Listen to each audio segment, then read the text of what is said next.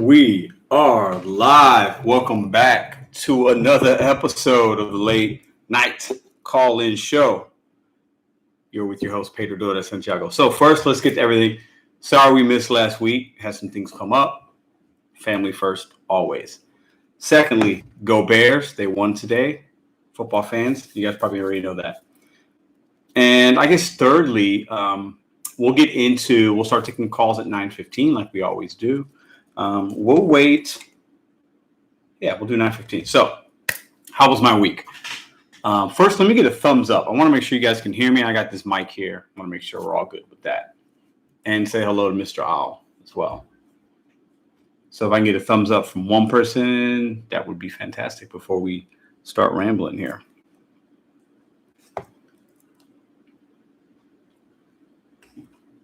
Pull my finger. Thank you very much. And welcome back, Donna and Julie. So my week was pretty good. I took Monday off. I only worked 29 hours this week. Not a lot. So I worked Tuesday, Wednesday. Wednesday was really good. Thursday, Friday, and I worked about 4 hours on Saturday. It was a really good week. I met my goal. I almost hit my goal, but technically I met it because I did have some cash tips throughout the week. So that kind of helped push me over where I needed to be. So I had a pretty good week this week. That wasn't bad. I hope you guys had a good week as well. Put in the comments, what kind of week you guys had, and I'll try to get some of those if I can. Also, topics for tonight, okay, because we'll be taking live calls in about 13 minutes here. So the topics for the night are going to be work-life balance. How are you doing with that? I'll share with you guys how I'm doing it. I'm going to share a little bit of a story with you, and I'm going to challenge you guys on something, and I want you guys to watch something when you get time. Another topic for the night is going to be multiple streams of income. Do you guys have multiple streams? Are you trying to build towards that? What are they for you? I know a lot of you guys do this part-time, so this is a side hustle for you. This is a second or third stream of income for you. What else are you building towards? Do you think about that? Do you invest? Do you have a small business? Do you sell things online? Like, what is that for you? Please share that if you want to call in. And then the other thing is going to be the future of this channel. I'll share that at some point tonight. Where the channel might be going, what the content might look like, some updates on, we'll talk about the 10K giveaway because we will be doing that this week, basically. We'll hit 10K probably on Saturday if my calculations are correct. So then we'll be giving away $500 next Sunday when we do the live call-in show. So that's going to be kind of exciting. It's going to be fun to talk about that. So we'll talk about that a little bit. But the first thing I want to get into is YouTube. Some of you that are watching, you'll see this live. Some of you will watch it on the replay. I know a lot more people are going to come in as, they're going to miss this first part of what I want to say, but I'm going to say it, and then hopefully people will see it at some point.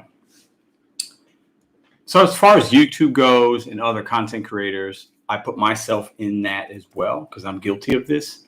I think a lot of us, and even people that are subscribers, and you're a subscriber, but maybe you also have a channel, I've been noticing a shift a little bit, and it could just be me.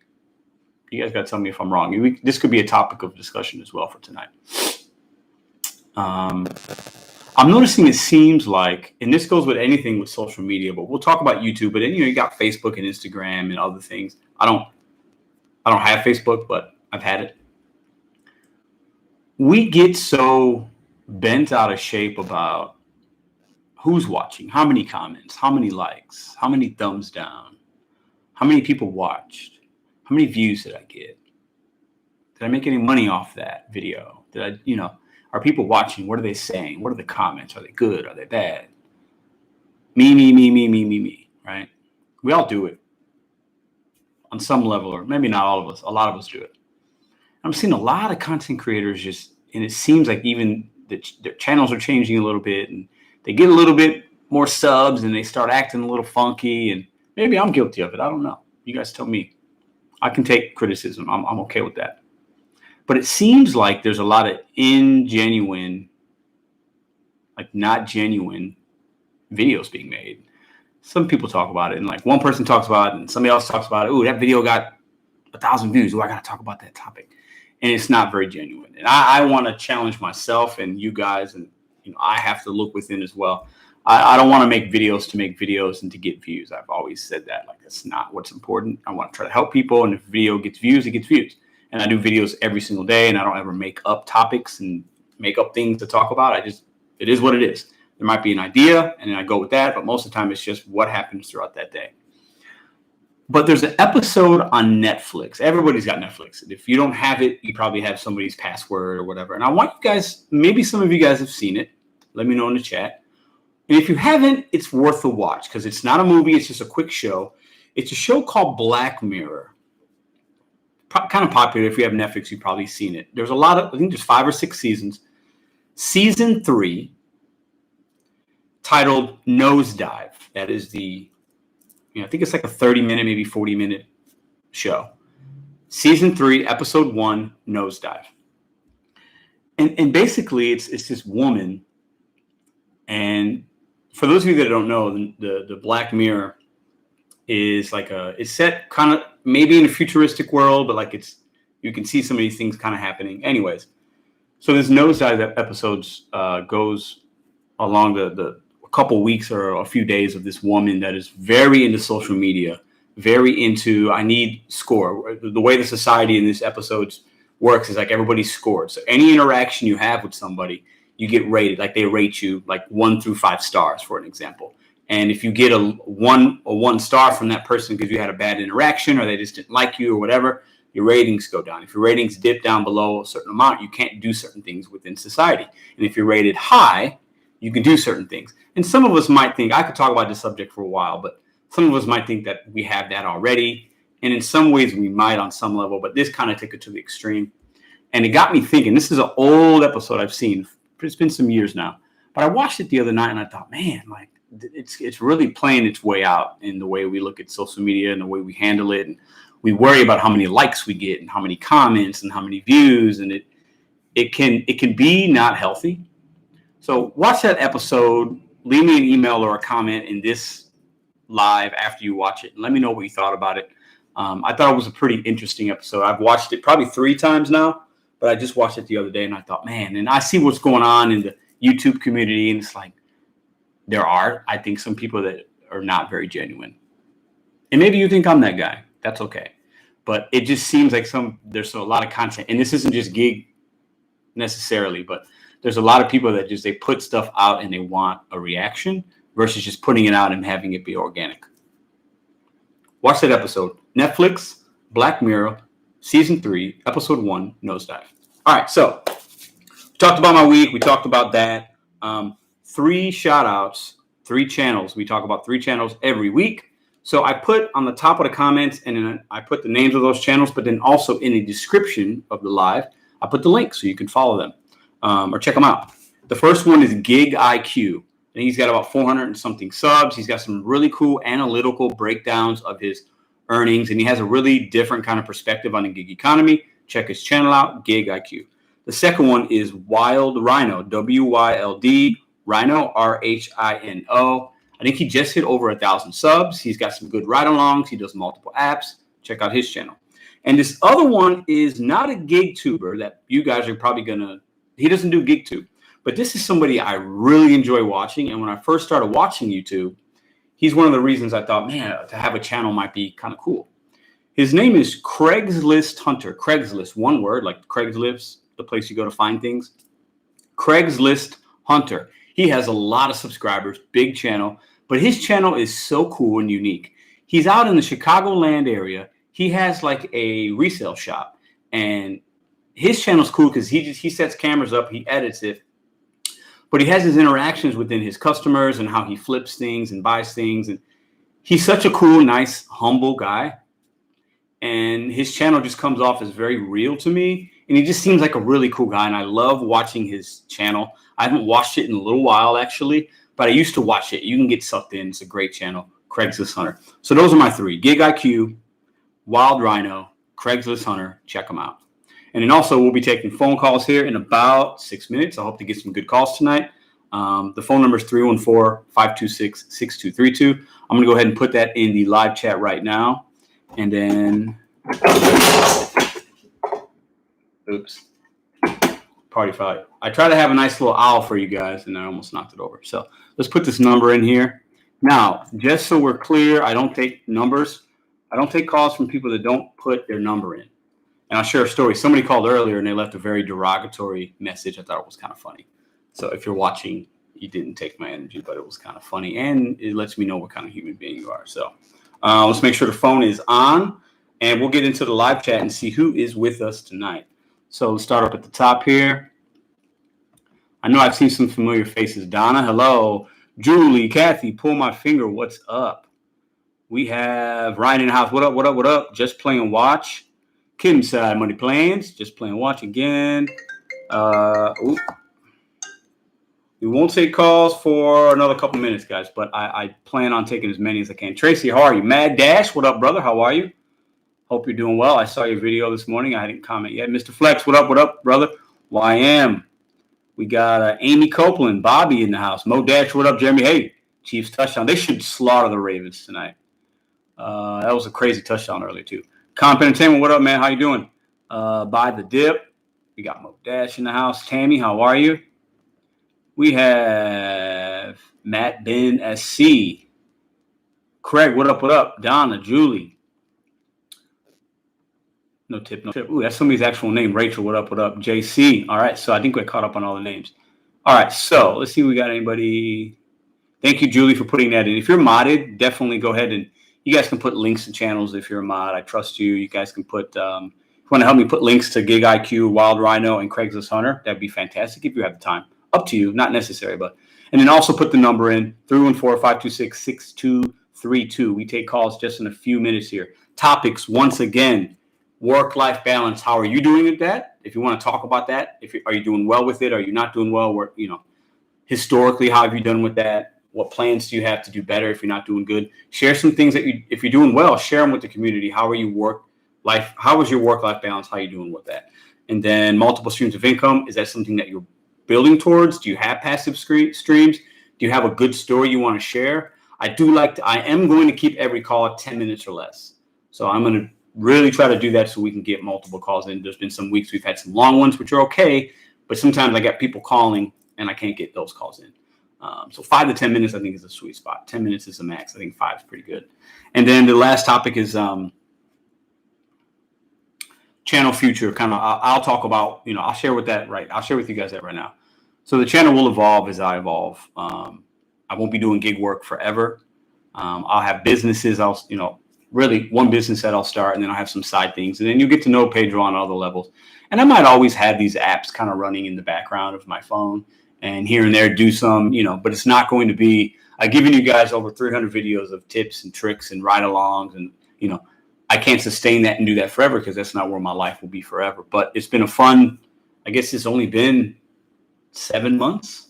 And yeah, I think it's been about 7 months and it's been fun. But the channel will evolve. We'll do more lives. We'll do other things. So we'll talk about that too. All right. See, Roy will be Roy. What up, brother? How are you? Riding with Zilla. How are you? Kathy, hello. Soldier, Drone. What up, what up, what up? Fun live last night. Oh, you talking about Roy's? Yeah, Roy had Roy, I actually thought, obviously that guy was drunk. That's number one. But I thought it was, I appreciated having somebody else say something different because, we can agree to disagree, but I think it was a good conversation. I thank you for hosting that. I thought he brought up a couple good points, but it was mostly he was drunk and just talking nonsense. But that's what I took from it. So your channel, you tell me how you feel, you know what I'm saying? But we will start taking calls here in a minute. So if you call and you don't get through in the first time, that's happened many times. I think this is our 4th or 5th live. Keep calling back. But if I'm on the phone with somebody and, I try to answer sometimes and it puts you on hold, but that doesn't always work sufficiently. So be patient. I'll get as many calls in as I can tonight. So Alex, what up? Jill, Samuel, how are you, my friend? And Roy has a channel. Roy will be Roy. Kim Side Money Plans. Riding with Zilla. I know that Matt Dash has one. I know Mo Dasher has one. You guys are more than welcome if you have a wrench to drop a link for your channels. I have no problem with that. First caller of the night. You are live for Pedro DoorDash Santiago. Who do we have on the line tonight? Pedro, my number one. This is Tom. How are you doing? Tom, how are you, my friend? I'm great. Just got done for the day. Days, football Sundays are great. Man, I don't work Sundays, but tell me about your Sunday, and then we can talk about what you want to talk about. Man, so I just signed up for that Uber card. You know what I'm talking about? Uber card. Where you pay for things with the Uber card. Yeah, I have the black card. Yeah, the Uber card. Yeah, I've had it. Yeah. So I don't know. Just on these Sundays, I've just been using that all day, every day. Minimum $15 orders for all these Italian restaurants, I guess, and pizza and stuff.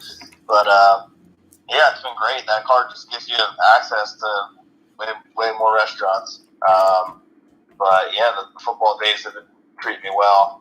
But I did call to ask a question on if you had any content on this, or if you were planning on it, or if not, okay, figure it out. But in terms of like finances, like whether you are you using any sort of like, I just signed up for that thing that gives like a few cents off and like cash back from like gas or whatever. I didn't know if you had any credit cards you use to get 3% back on gas or anything like that. I don't know. It's like on the margin at the very end of the hustle, but it is on the bottom line. So any kind of dollar you can grab is money at the end of the day for you. So I just didn't know if you had anything like that, because I'm pretty new to this, so I haven't even gotten that far. But I know stuff's out there. Yeah. I do. So I use two things, and I use the Get Upside app. Okay, that's a real generic, basic one. You're not gonna get a whole lot. I'll share with you guys what I got $120 in there that I've made or that I've earned since about maybe April. So not a bad amount. It's free to download. You can share your link with people and you can earn more that way. I haven't really done that a lot. It's mostly just my purchases, and you get anywhere between like 1 penny to like 25 cents. And I average probably about 12 cents per gallon cash back when I get my gas. And so that's a really helpful one. You could cash out. I link my bank card, my debit card with it, so I don't ever have to take pictures. I just hit that I'm using that card, and then it goes right into, I could take those funds and put them right into my bank account, or I can get like gift cards. It's a real simple, real basic one. There's one's called Gas Buddy as well. I don't use that. I do know that Uber has one right now. So if you have the Uber thing, go to your promotions or your inbox. I know they have some options in there to get gas, to get cash back on gas. And then also I have one credit card that I use for certain purchases that I get points on. So I do very basic things as far as getting cash rewards. No, definitely. I mean, anything's better than nothing, and I'm at nothing. So I'm just kind of curious because you got to get started. So yeah, no, I hear you, and you're right about that black card. In my market of St. Louis, Uber isn't as popular as DoorDash.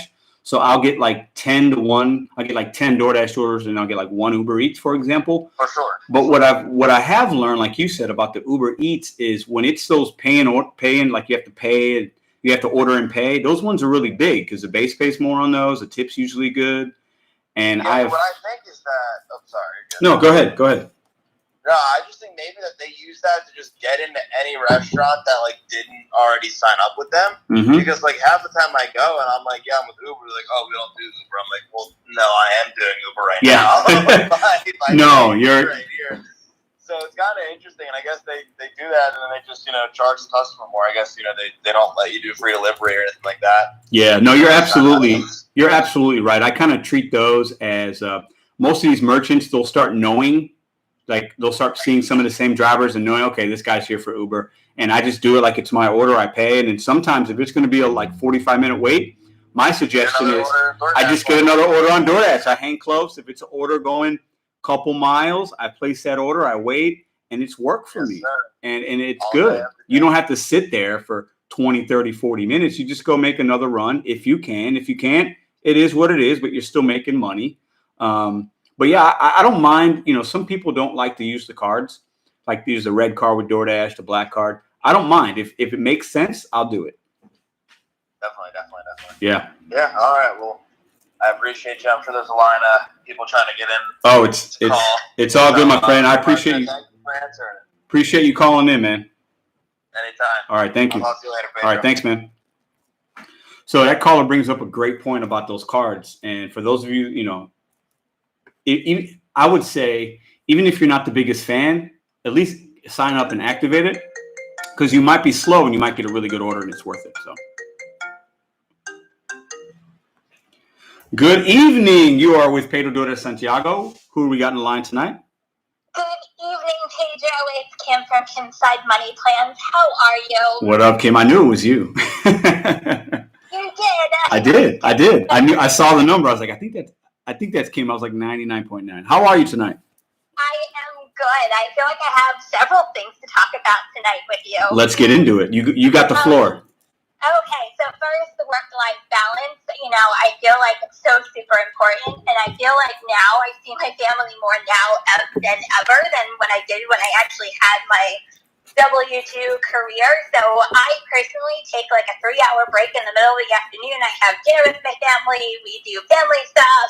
Like, what job out there that has the flexibility that I can actually spend quality time every single day with my family has really, boost my family time altogether. But at the same time, when I just want to take a pause and take a break, I can do that anytime that I want. And that's kind of the beauty of what we do. Absolutely.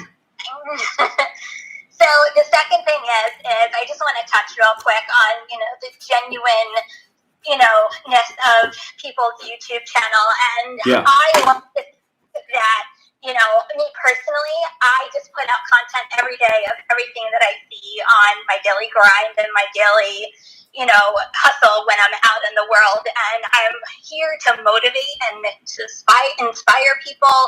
And that's really what I try to portray. Yes, with YouTube, you change things here or there and what's going on in the YouTube world, but I like to keep my channel, hopefully, consistent. I might touch on some topics here or there that are relevant in what's going on with what we do, but really, I really am here to motivate anybody who's out there. And to me, it's not about dollars and cents. It's more about me, getting content and, being an inspiration and motivating people. Yeah, and I think you bring up a good point, because for me, and I think you could say the same. Push back if I'm not speaking correctly, but I think there's so many channels now, and each of us have like a little. We have similarities, but then we're offering something different based on our market, our experience, our delivery. How long our videos are, and I do like the balance, because you got to have people that will. We got to have different kind of content creators, because everybody can pick and choose what they want to watch and what they like and what they agree upon, Yeah. And, I really, truly believe, I can honestly, to be honest with you, care about the, the thumbs up, the thumbs down. Yes, it helps with the algorithm and blah, blah. But, I can honestly, I don't really pay attention to that stuff. Obviously, we started out around the same time. If the whole goal is to still grow your channel, but that's not really, to me, that's like the back burner opposed to what we're putting out every single day. And to me, it's all about the people in the community opposed to, what likes it. We all have trolls, we all have people that don't like us, and so on and so forth. That's the nature of the business. But all back burner stuff. And then the last thing I want to talk about is, multiple streams of income. Obviously besides gig work and YouTube, I'm a huge, I'm a big Robinhood investor, and that's how I actually started. I started door dashing because I wanted to put away for my daughter's college education. I started a Robinhood account for her and also for my future and retiring, and it's just throughout the years it has snowballed, and I'm now a dividend investor, and that's just another stream of income that I have coming in besides everything that everybody else sees on a daily basis. Sure. No, I think it's important. I think we have, people, once on YouTube, once you hit 1,000 subs and this and that, you could be monetized and make some money, right? And some will make more than others, but regardless of what the amount is, it's another stream of revenue, and you're making passive income as you sleep, right? And then we have our daily grind of doing Uber Eats, Grubhub, and all the apps and stuff like that, right? And like for me, I invest a little bit, not as much as I should. I need to get better with that. But then I've got some vending machines I'm going to start up, and then I got another little side hustle. So I try to figure out ways to where, what can I do to do 10 hours of work a month or 2 or 3 hours a week and make this amount of money, and just continually try to grow that, because at the end of the day, like I want to work I work really hard. I don't mind that, but I want to work smarter, not harder, and work less and spend more time with family, similar to you, and have those breaks in the day where I can do something or be available. And, the funny thing is, talking about breaks in the family, now that I have, like, multiple streams of income, like, instead of working those 9-hour days, 10-hour days, like, I'm now, like, cutting my stuff off at, like, 8 or 8.5 hours and actually putting in, like, a regular work day. So I'm still trying to get home to my family and still have a better work-life balance. And the more streams of income you have, the less time you're, out in the field, and, you balance that work-life balance even more. Yeah, no, you're right. And I've noticed that. I feel like last week you had that day, I think it was Saturday or Sunday, you only worked 4 hours. You went to the beach, right? And I think another time this week you worked just a little bit. And I feel like that's important. Like we have to be able to grind when we can. We got to make our money to meet our goals, take care of our family, whatever that means to you. It's all personal, right? Because some people might need to make 1,000. Some people that's not enough. Some people only need to make 500. It's all personal. It depends on what you need. But we can't just work to work. We got to be able to balance it out. Yeah, to me, this week, to me, was like the epitome of, like, life happens, On Sunday, I was just missing my family, and I'm like, you know what, this is what this is about. I took a pause from YouTube, I took a pause from digging, and, like, I literally solely focused my energy just on my family, because I just thought, I'm like, you know what, I needed it for myself and my own mental health, but, as long as I wanted to spend my week with my family, but then, like, in the middle of the week, my washer just completely went kaput, and I didn't have a washer, and having a toddler in the house, and it was just like one after another, and I had to stay home for the washer to come, and then there was a whole plumbing issue with the washer hookup, and then the next day the plumber came. So, like, life happens. You just kind of roll with the punches, and you keep on going. Yeah, and like you said earlier at the beginning, there are other jobs or careers based on what you do and how you're employed. If you have a W-2 to work, you can, like, take 3 hours here or go home because the kid needs you. But, like, most jobs, you work in the schedule. You got to be there. You clock in, you clock out, or you have meetings or presentations or sales calls. So the one really great thing about this, as cliche as it is the flexibility. I think a lot of us got into it because of pandemic or side hustle, but then maybe you lose your job and then you stay because you can make money if you know what you're doing. And then we stay because of that freedom and flexibility. At least that's why I continue to do it now. I got other things going on, but, like, you can't, it's really nice to be able to turn an app on and make $100 if you need to real quick, and not a lot of jobs can do that. No, absolutely. Thank you, Kim. I always appreciate you calling in. Anytime, Pedro. Have a good week, okay? You too. Thank you. Kim's Side Money Plans. Check her channel out. She's very positive like I am, and some people don't like that. But that's fine. It doesn't matter. If you don't like that kind of stuff, and I'm not always positive, and neither she, I have to be positive for my personal life. But sometimes you'll see my frustrations. But there are plenty of other channels you can go watch that will just give you the real and just break it down and say what maybe Pedro doesn't want to. Maybe I'm thinking it, but I don't say it because that's bad for me. But at the end of the day, we all have different channels, and we can all find the one that we like, and maybe you watch multiple ones, and that's fine. But, Kim's cool. She's a hustler, man. Her and Mr. Flex, man, those guys work hard. Mr. Flex is somebody that's got a channel. He does live streams every single day. So, all right, we got another caller calling in. Good evening. You're live with Pedro Dora Santiago. Who do we have on the line tonight? What's up, Pedro? It's Jonah. Jonah, how are you, my friend? I'm not doing bad. I've made about $800 this week so far, working 6 days. Nice. Went to a UGA game yesterday. Took yesterday off for a little bit of a break. You said UGA, like the Bulldogs? Yeah. Cool. What would you like to talk about tonight? So one thing I've noticed on Uber Eats recently, have you noticed, like, when you get a tip in or something like that, used to it would show up as like a big box on the top of the screen that says, congratulations, you got X amount of dollars for that tip. Yeah. And then it would show up in your inbox.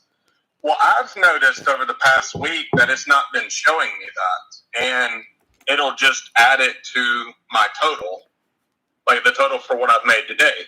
Like earlier, I got a $27 tip, and it didn't show up. It just added it to what I was at for the day. So you're saying it didn't give you that congratulations little like green outline box? Is that what you're saying? Yeah. I've noticed that for like a week. I don't know if it's a glitch or if it's Uber trying to hide tips, which I don't know why they would be. I don't think I don't know if it's that. I don't want to say 100%, but I've noticed the same thing. There are times that obviously when you do Uber, for those of you who aren't familiar, it will say, for example, $10. You drop it off, and then it shows you $3 immediately or something like that, and then you'll get that tip. Sometimes I've seen it as soon as like 2 minutes. Sometimes it's like 2 hours. Usually it's about an hour or so, and it will show up in like your inbox, and it'll say like you received the tip. But other times it gives you like a notification box, which is what Jonah is saying. And lately I've noticed it as well. There are times that I get that notification box, and other times I don't. But then I do see it as like a message to where you can hit inbox and then like hit like send thanks to the person, and I usually do that. But I think it's just, I don't know why you get it sometimes and why you don't. I'm really not sure. I have noticed it though. And one thing that kind of irritates me about that is I normally send thanks for people that tip like $5 and over because I think that's a generous tip. Yeah. Well, now I can't do that because Uber's not showing me that. Now, whenever I go to, say if I'm working a stack and one customer tips like $5 and the other doesn't tip, then I'm thanking that customer for not tipping. I don't like that because it's not showing me the individual customer that tipped the $5. Yeah. I always, to be honest, I'm kind of like OCD, so I'm always like waiting and checking. Did a tip come in? Is it more? Is it less? Because sometimes depending on the size of the order, I think maybe it's more, and I get excited to see what it might be. But I hit send thanks for tip to everybody, even if it's $1. I just do it just out of habit. I don't know if it's me. I just like, it's like a good luck thing, Like I feel like I just hit it just to finalize that kind of trip, But with the stack, like you're saying, because it'll update the earnings, but then it's only one of them, and the other one might come later or whatever. But I don't know, something to look out for. I definitely have noticed it. I just haven't thought about it in the way of maybe they're hiding tips. I don't know if it's necessarily that. I think it might be maybe. I don't know. That's a good thing to bring up. I'm not sure, but for me, as long as I get what I need to get, and I've only been tip baited one time where a customer like took the tip back. I always, if the money's there, the money's there. I just keep it moving. So I'm thinking it's a glitch just because I've seen it some, but I haven't. I've seen it to where it's not showing me like the congratulations, you got this tip. Mm-hmm. But I'm seeing it some. Like I'll see it here and there, or every other 2 orders, I'll see it pop up. Yeah, I don't know. I think it's something to think about. But what? Can I ask you a question before we let you off? Yeah, sure. So you said you made $800 this week, and you work 6 days. So how currently do you do gig work full time? And if you don't, or even if you do, how is your work-life balance right now? How are you balancing that out? I try to have 1 day a week, but I'm trying to get to a point to where I can, start my separate business ventures and open up as many revenue streams as I can to maybe, set myself up later in life. You've mentioned something about vending machines. I've thought about taking it a step further with the vending machines. I thought about like opening up or getting a car wash and putting vending machines on the property of the car wash. It's funny you mentioned that. A friend of mine came by last Sunday, and he was talking about car washes and wanting to have me look into it with him. And I haven't really thought about that. But in my city, there are a lot of abandoned car washes. But I think, okay, are they abandoned for a reason? Like they didn't make money, or somebody just let it go? Because sometimes you can just pay the taxes on those empty lots and get them really, really cheap, actually, if you pay the back taxes and take over that property and invest a little money in sweat equity. And so so depending on your area and, do a little research. But yeah, I'm all about I'm trying to figure out the next move right now because, for me, you don't want to do too much, but when it gets to a certain point, if you do it the right way and pick the right moves, then it's like you're making money while you sleep, and you got multiple things, and you can think for the future. And Yeah, I'm all about that. Yeah. That's what I want to do, and my parents have told me that I'm dreaming too big, that I need to, go work a normal job, and I've had friends tell me that too, and I've kind of cut them off. Well, there's nothing wrong, like having a stable job that's going to give you benefits, 401k, maybe PTO, like, something that you could like work your way up even a ladder or whatever. I did it for a long time. There's nothing wrong with it. It just depends on what you really want, and if you're going to pick something, it's okay to dream big, but at the end of the day, you want to be smart. You want to know your demographic, know your market, know what kind of time and effort you can put into it with your own sweat equity. What kind of money do you have? Like, you really got to have conversations with people that are in this space already, maybe. Like, there's nothing wrong with taking a shot, I'm all for that, but I think a lot of people look at it.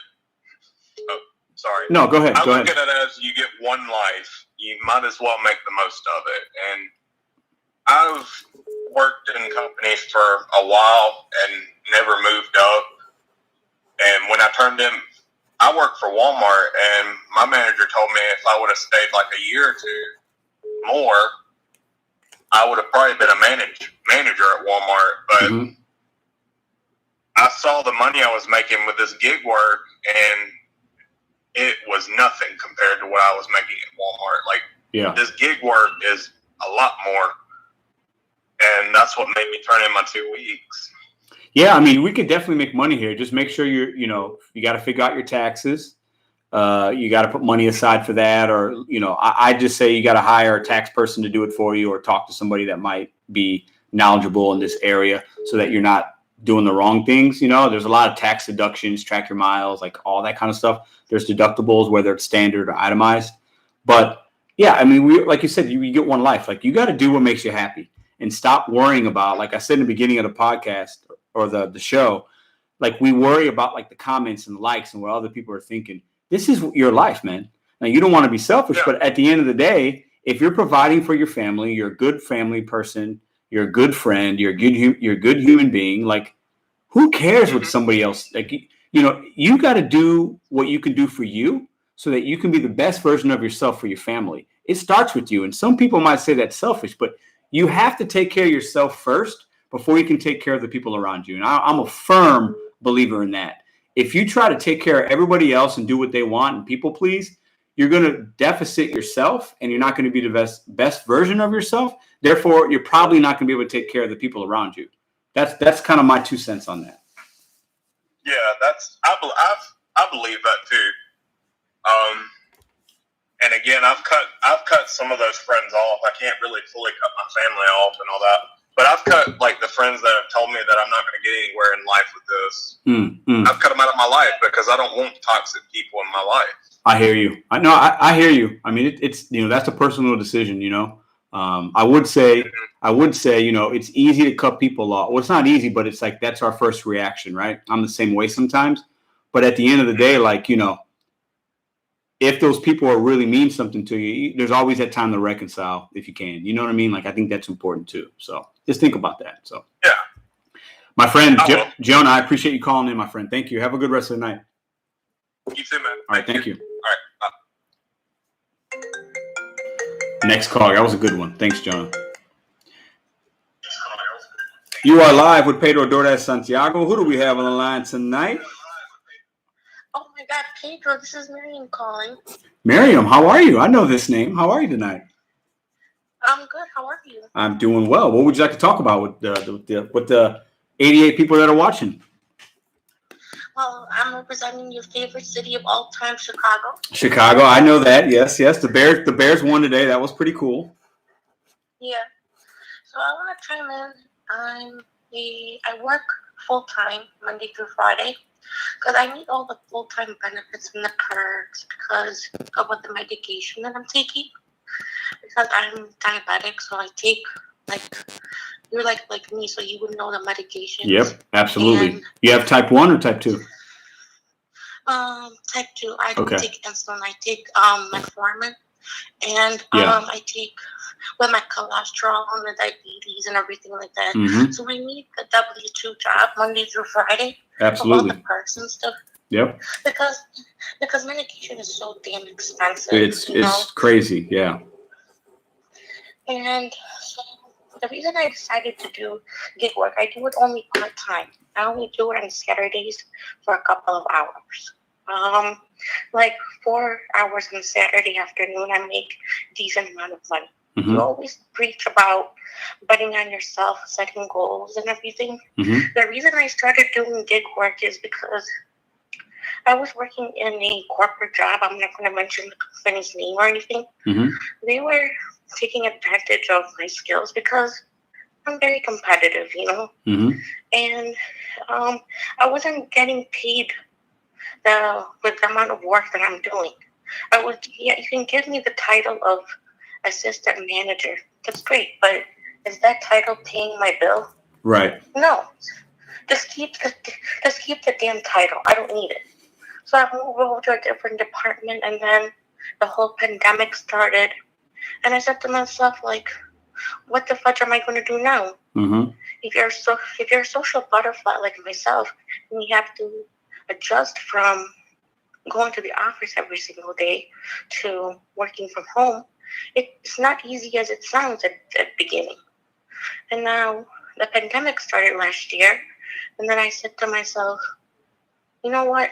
I don't deserve. And you can be down and talking to your parents and your family, but at the end of the day, what's going to be best for Marion? Mm-hmm. So I put a sticky note on my computer. I just set a goal for myself. When the whole pandemic started last year in February, I said, you know what?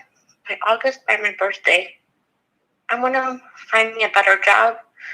But in the meantime, let me do some gig work on the side. Mm-hmm. My brother said to me, hey, why don't you start doing Grubhub or something?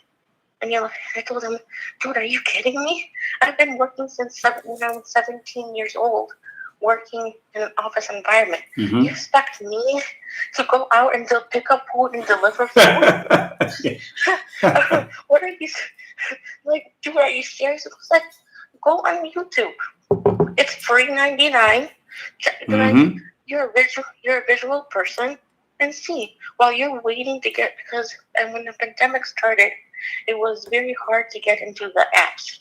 Mm-hmm. Like Uber, it took them a long time for the background check. Grubhub, since they think that they're the king of gig work, I was on the waiting list. DoorDash approved me right away, but I said, you know what? Let me just check out YouTube. Mm-hmm. And then I checked out Gig Life's channel. Mm-hmm. He was the first one because Gig Life's awesome. Yeah, Gig Life's great. Yeah. And then I'm like, okay. But I wanted to see it from a lady's side. Mm-hmm. So then I started watching, and then I'm like, you know what? F it. Let me just go start DoorDash.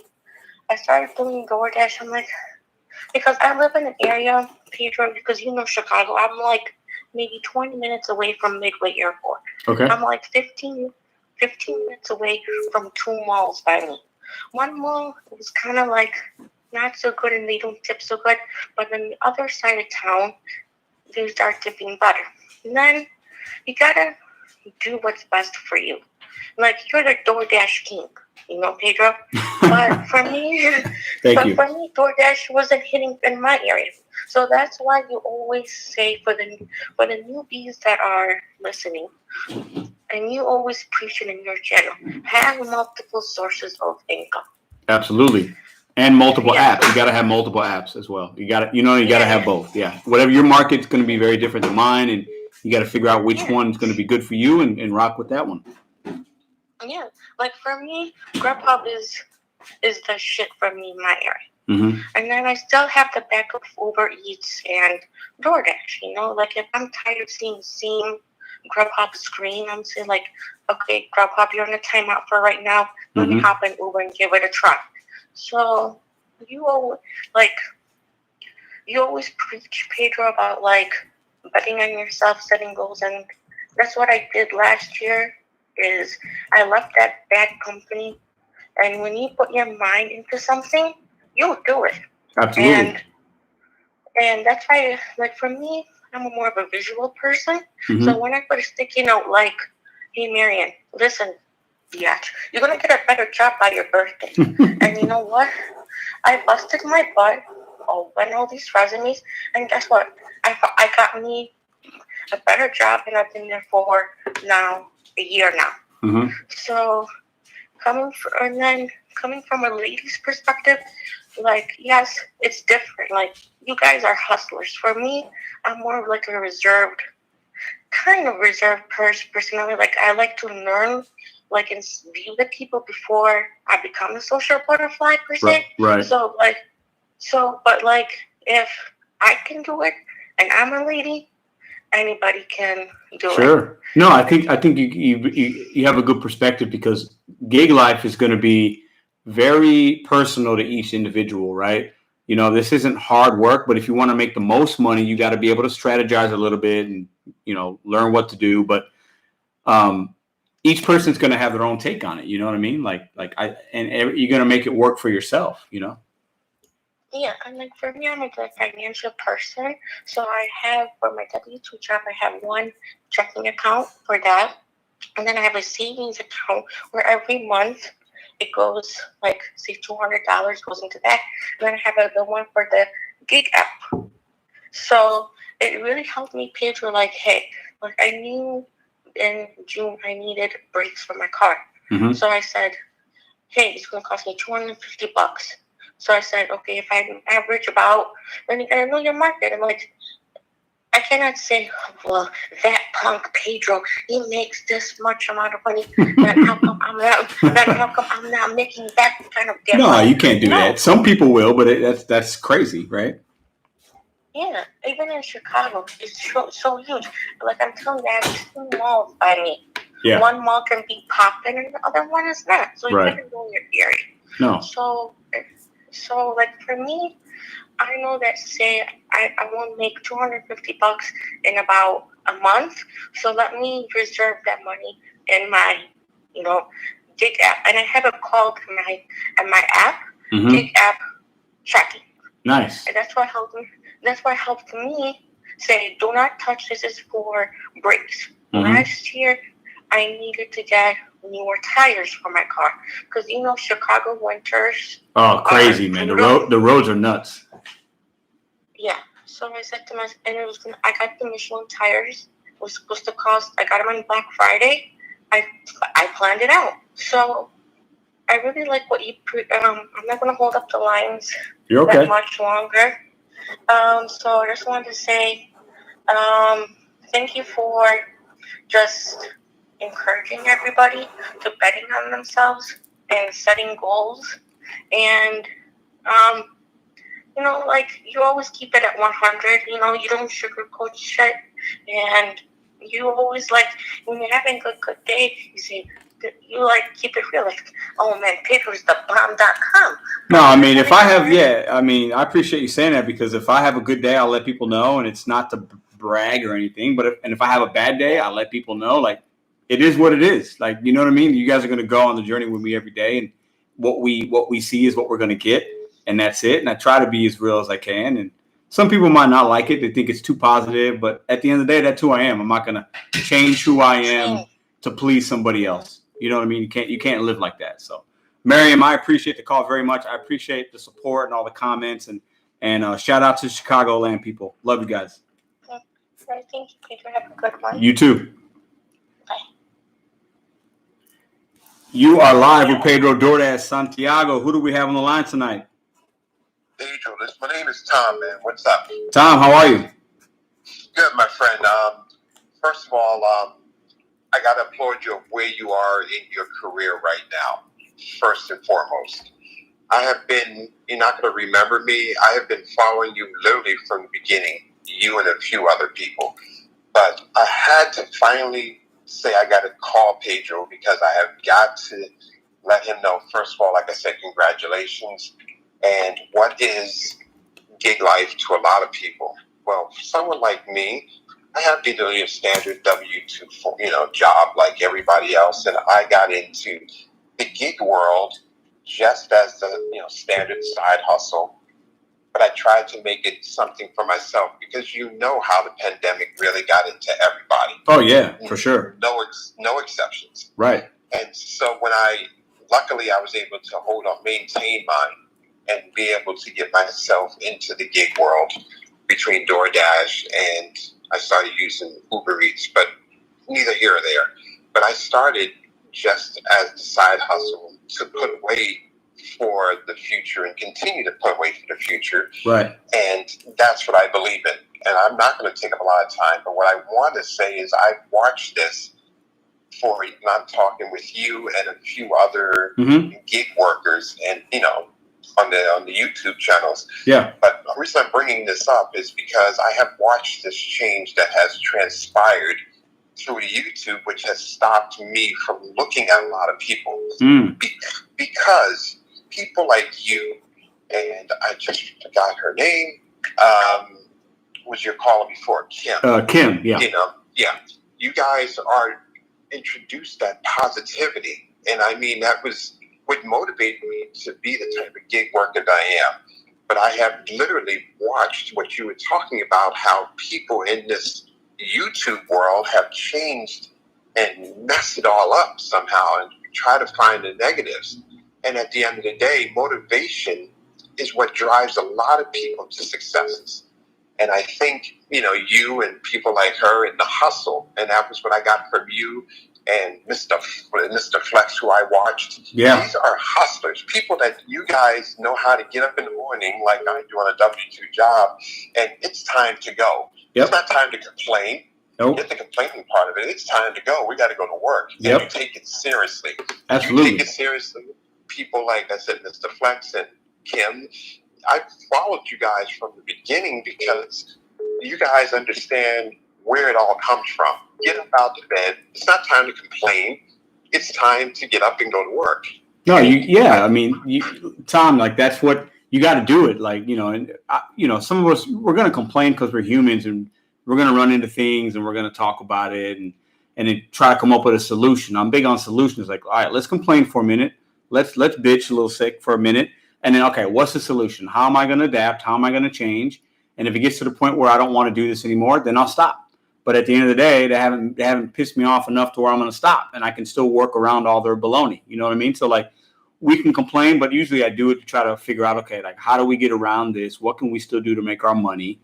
And I mostly, to be honest with you and everybody, like I have to be positive for myself because I understand the kind of person that I can be if I'm negative or if I'm in that kind of space in my head, and that's not going to make me money, and it's not going to make me feel good when I come home to see my family. Like, it's just not good. So I have to make an effort to be positive, and that allows me to actually just be better every day. And so some people, that's annoying. Like, there are a lot of people that do not like this channel because I'm too positive and they think I'm not being real. And that's fine. I don't take offense. I don't take offense to that at all, because that just means, oh, you're not vibing with Pedro today? Okay. There's a million other channels. Go watch those. I'm going to be myself. And that's all. Like, I'm not going to, I'm not going to worry about like what somebody else thinks. Like, I'm going to try to be motivating because I think I think we need that. Like, I can make clickbait videos and like talk about gloom and doom all day and give you all the bad stuff and maybe get better views. But at the end of the day, that's not real. That's not reality. Brother, that's where you hit the nail on the head. The whole point of me even getting into the gig life was all about I needed to find people. Something you don't find in W-2 jobs all the time is that motivation factor. That, to me, that's what the whole YouTube factor brought to a lot of people, was that positivity. And I know months ago, I started looking more and more at the YouTube world and people being so negative, it was turning me off. Yeah. And people, you were one of those people, and I spoke about Kim again, and I'm sorry to be bringing someone else into your channel, but no, Kim's a friend. It's all good. She called earlier. Oh, okay. It's all good, man. Because these people, like you and her, or those types of people, are motivators. You guys are not belittling. I mean, everyone has bad days. We know that. Yeah, absolutely. Yeah. But at the end of the day, before I even go out into the gig world, and we know the door trash and the Uber Eats problems and everything else, but guess what? You got to go do it. But when I go do it, I listen to you guys before I even start to say, hey, you know something? where do I get my pep from? Somebody, Yeah. I've heard all stories of everyone's got to have a pep. I know. I'm pretty sure you got to. And I'm sorry. Congratulations again on your new child. Thank you very much. And, Thank you. So I think at the end of the day, we all need some motivation, and that to me, that's why I listen to the YouTube world. Yeah. Is because you guys are motivating, and I watched you grow from this little guy to who you are today. And I mean this, and it's because you understand at the end of the day, all the complaining in the world won't pay a bill. It won't, and it won't. And I appreciate this phone call, and I think that you just got to be yourself. And there are other channels that will be very different than mine. Like Roy will be Roy. He has a channel. He's completely different than me as far as his approach and what he talks about. But that's okay because he's being himself. And he's going to get people that want to watch that, and that's fine. That's a good thing about YouTube is. There's so many different types of channels. We can all find the one that we resonate with at that point in our life, and we watch it. And maybe it doesn't work for you 10 years from now. And you're going to watch another channel because that's where you're at in your life.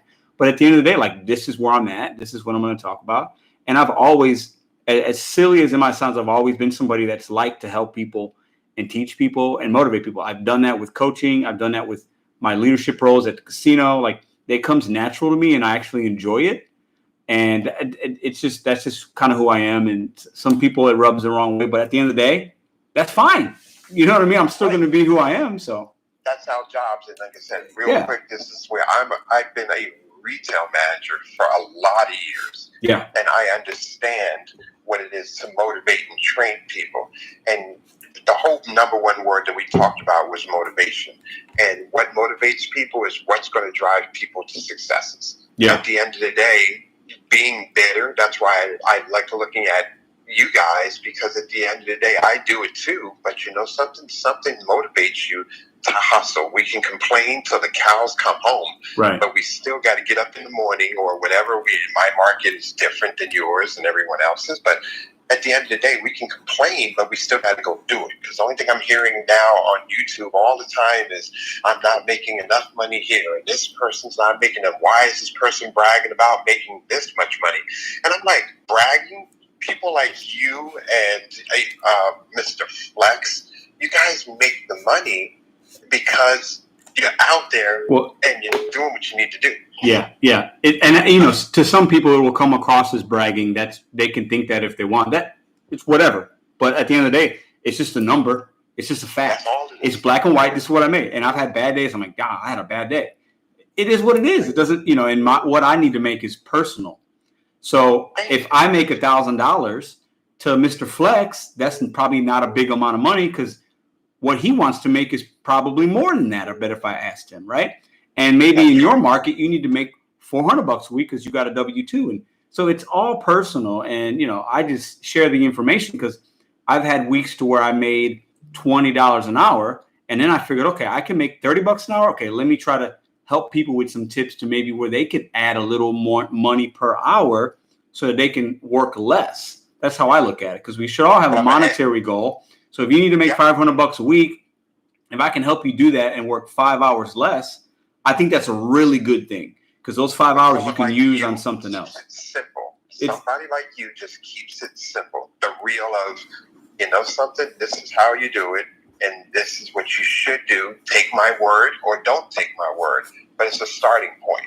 Yeah. I think everybody gets motivated from a starting point. That's what got me involved with you and some of the other ones.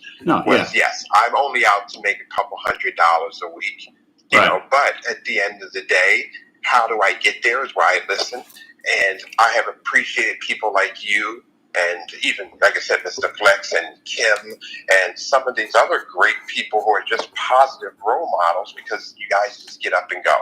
And I'm going to say this so that I can go. I really know that you are thriving to become so much better in the leaps and bounds that you have taken.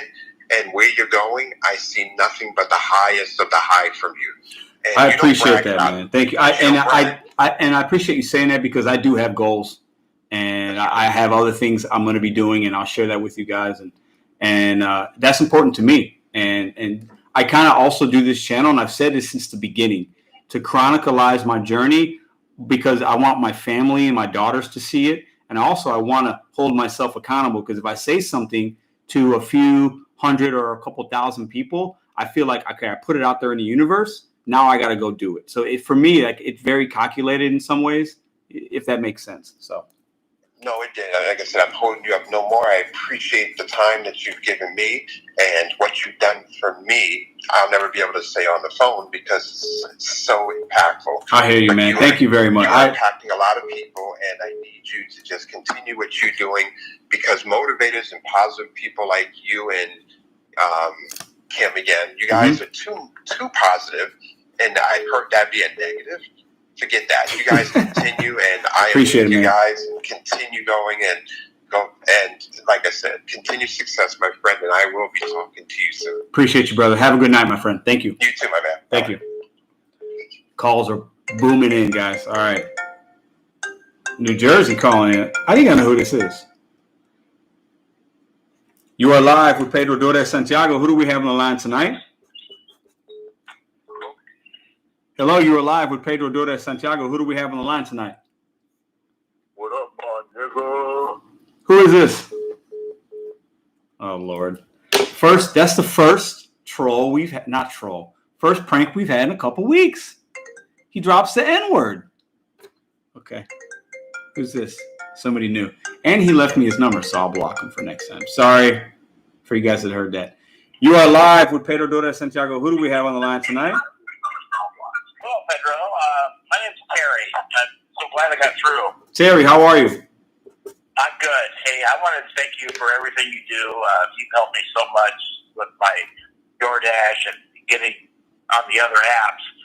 And it's really because of you, because I didn't really know what I was doing until, I watched a number of your videos, and they're really helpful. I want to thank you for that. But I do have one disagreement with you. Go right ahead, please. And that's the Top Dasher program. I've listened to your reasons on why you don't like it, and I fully respect your reasons for that. But in my market, I've been a Top Dasher, and I do it on the weekend because I've got a full-time W-2 job, and so my time is limited. And I like the fact that I can get on and dash anytime I want to when I have a few hours in my day that I can do it. And the orders haven't been that bad. I don't take no tips. I will never, ever knowingly take a no-tip order.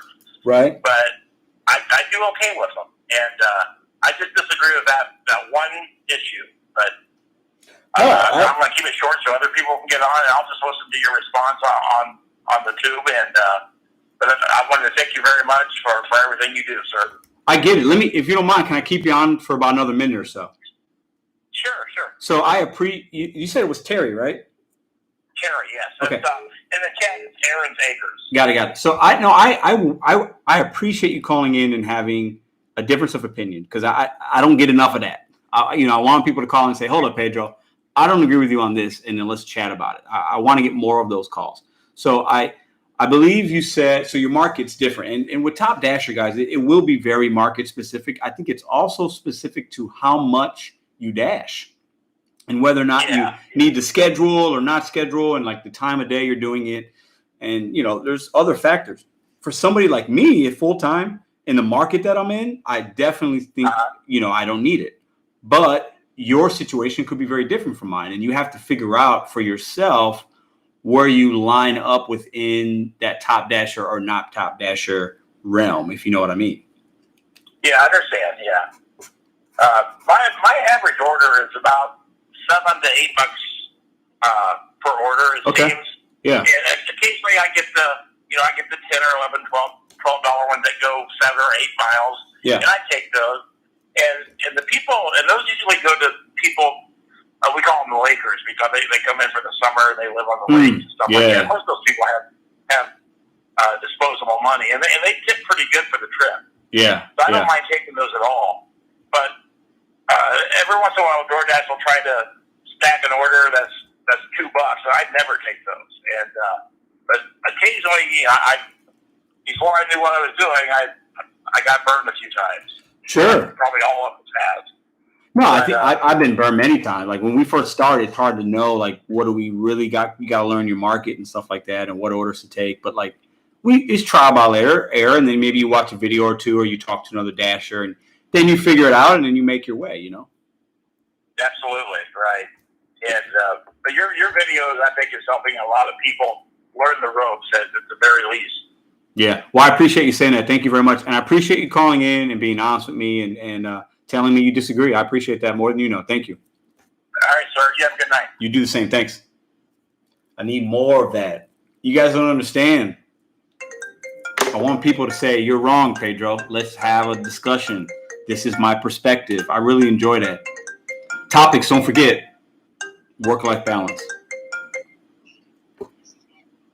You are live with Pedro Dordas Santiago. Who do we have on the line tonight?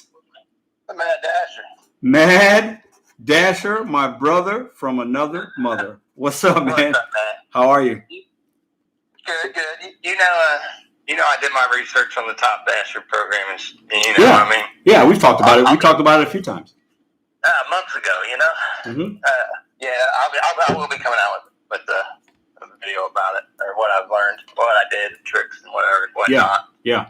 But I was talking. You watched my video this morning or whatever. I did. And before you start, I want to say something. I've been noticing. I've been seeing you out there doing some videos and in people's chats and lives. And hey, I see what you're doing. You're smart. I like it. You're being active. You're getting to know these people out here. And I think that's good. We need other people's perspectives, and I think yours is very unique. So continue to do what you're doing. The floor is yours, my friend. Well, yeah, I'm working 8 hours a day at my W-2. I know. So I got a little bit of time to. Yeah. But yeah, I got to learn how to edit. You know what I mean? Mm-hmm. Invest in myself, but I'm low on time right now. Mm-hmm.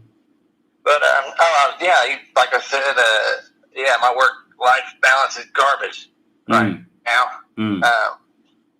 But we went downtown and rented the scooters during the week because Sundays are hot now. Mm-hmm. Which instead of taking all day Sunday off, we're gonna have to do it during the week because football's back. Yeah. Sorry, Colts lost today. That was tough. And our quarterback's hurt, of course. I know, man. That's a whole nother live. I can probably talk about football, but he's always hurt, man. So I know. I don't know what we were thinking. Yeah, I don't know either. Our quarterbacks get hurt because we can't protect them if they get knocked down all the time. But yep. Another day. Anyway.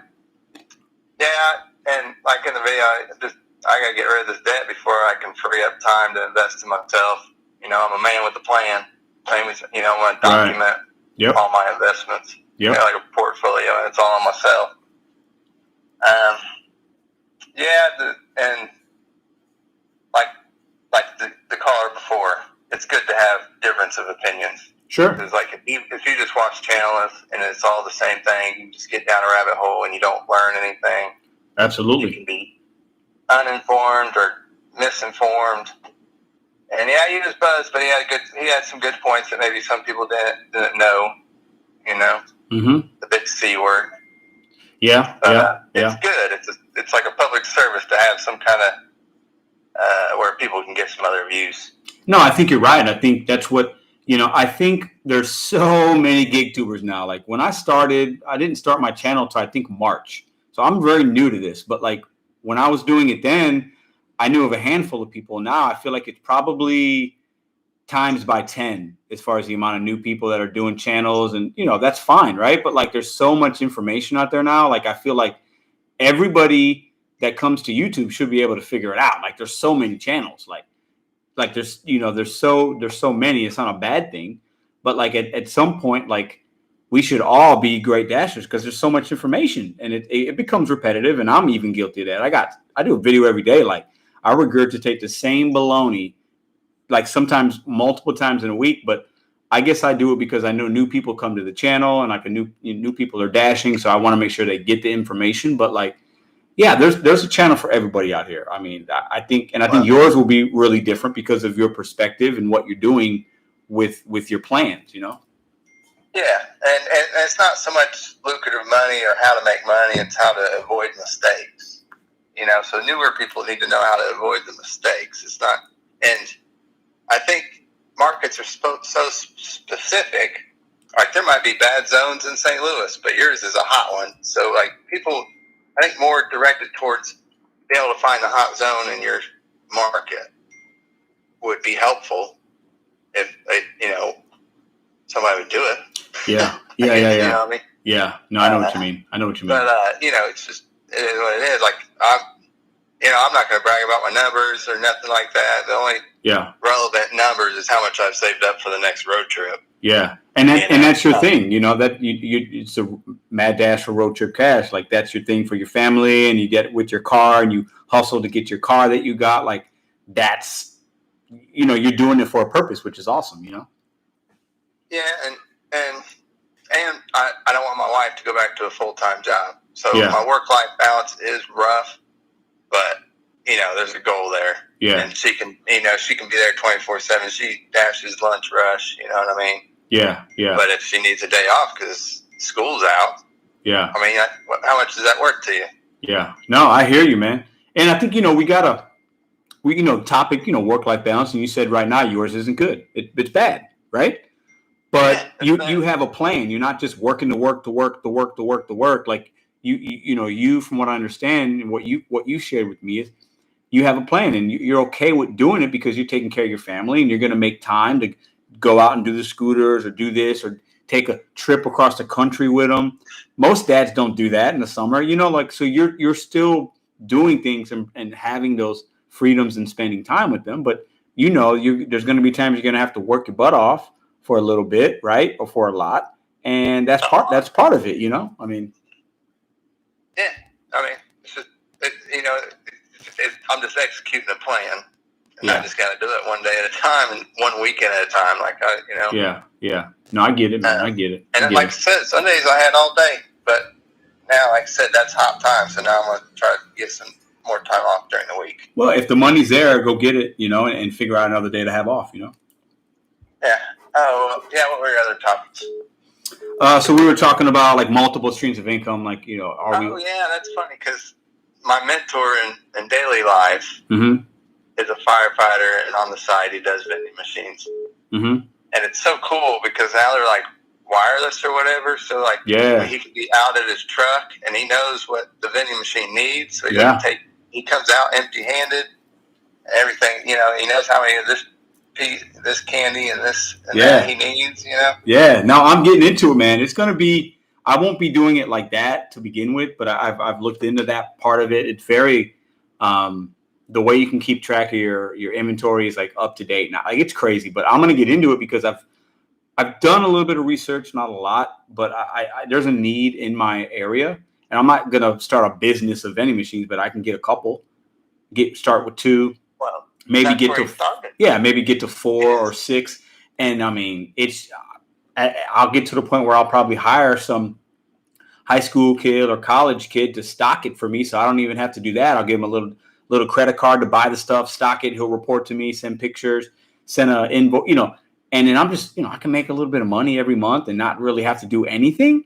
Yeah, I'll put a little sweat equity for 6 months to build it up and get it going. I'll be filling the machines myself to begin with, because that's what you got to do. But I mean, why not, man? I mean, it's worth it for me. I'm gonna do it. I feel like I'll be able to make not a lot of money, but I'll be able to add an extra stream for myself. And I've got enough time right now. I'm working less DoorDash right now than I ever have. In the last month or so, I'm working each week a couple hours less, and I'm doing that so I can free up some time to get that going, and I'll get that established, and then I'll start one more thing, and then I'll probably be at the point where I'm kind of good to where I need to be. So that's what I've said that on the channel. You're a man with a plan. You got to make a plan so you're not wasting energy towards the wrong direction. You got to stick to your plan so you're devoting your time and your energy and your resources in the right direction. Absolutely. You know what I mean? And you just execute. But my mentor, that's how he started out. He didn't always have that overhead, of the monitoring system and be able to inventory everything. It makes it simpler and stuff, but it costs him money to do that. Oh, absolutely. But, absolutely. He makes it in and out. It stops. So like that gig work helps. So you can stock your vending machines off peak. Absolutely. Yep. You know? Well, that's what I'm going to do.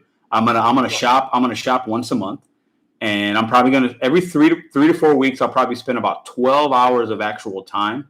In the beginning, maybe a little bit more, but 12 hours for a month isn't a lot. You could break that down a few hours here and there, and then from 2 to 3:30 or 4 o'clock, I'll go and stock, check the machines, make sure they're working, talk to the people that are in those areas, get some feedback. Like, there's time to do it. You just got to plan it out, like you said. Yeah. I mean, what was the third topic? The third topic was like where this channel is going to kind of go. It'll evolve and think, but I know where you're going. You know where I'm going. We ain't got to talk about that. I'll talk about it as the night goes. But I appreciate you calling in, my friend. Thank you. That's just what I say. You're like during the summer slowdown. You're just like a pet talk from greener pastures. It's like your zone didn't seem to slow down. No, it didn't. It didn't. You know what I mean? Yeah, it didn't. I don't know, but like if that oversaturation happens, somebody's you gotta have a plan. You do, and I'm super lucky, man. I feel super lucky. I've said it many times. Like, my market's, I get a lot of trash, but it's so busy that as long as I can hit my button, as long as I'm willing to use my finger to decline, the money's there every day, just about. So I'm really lucky. Patience. Yeah. Patience. Absolutely. All right, man. I'll talk to you later. Right, hit me up later this week, man. Thank you. All right, man. All right. Bye. It's my brother from another mother. So this guy, he's got a channel. He came in with his family. He was driving through St. Louis to pick up this 94 Lexus. I don't know. He bought a car. It's really cool. And he drove through. I met him. He's in one of my videos from a couple months ago. Real cool guy. All right, next caller. Good evening. You are live with Pedro Dora Santiago. Who do we have on the line tonight? All right, you got Tony. Tony, what's up, man? How are you? Oh, nothing good. Can you hear me good? I can hear you. Yeah, can you hear me? Hey, I can hear you good. All right, what do you want to talk about? One of the topics tonight, or you got something else on your mind?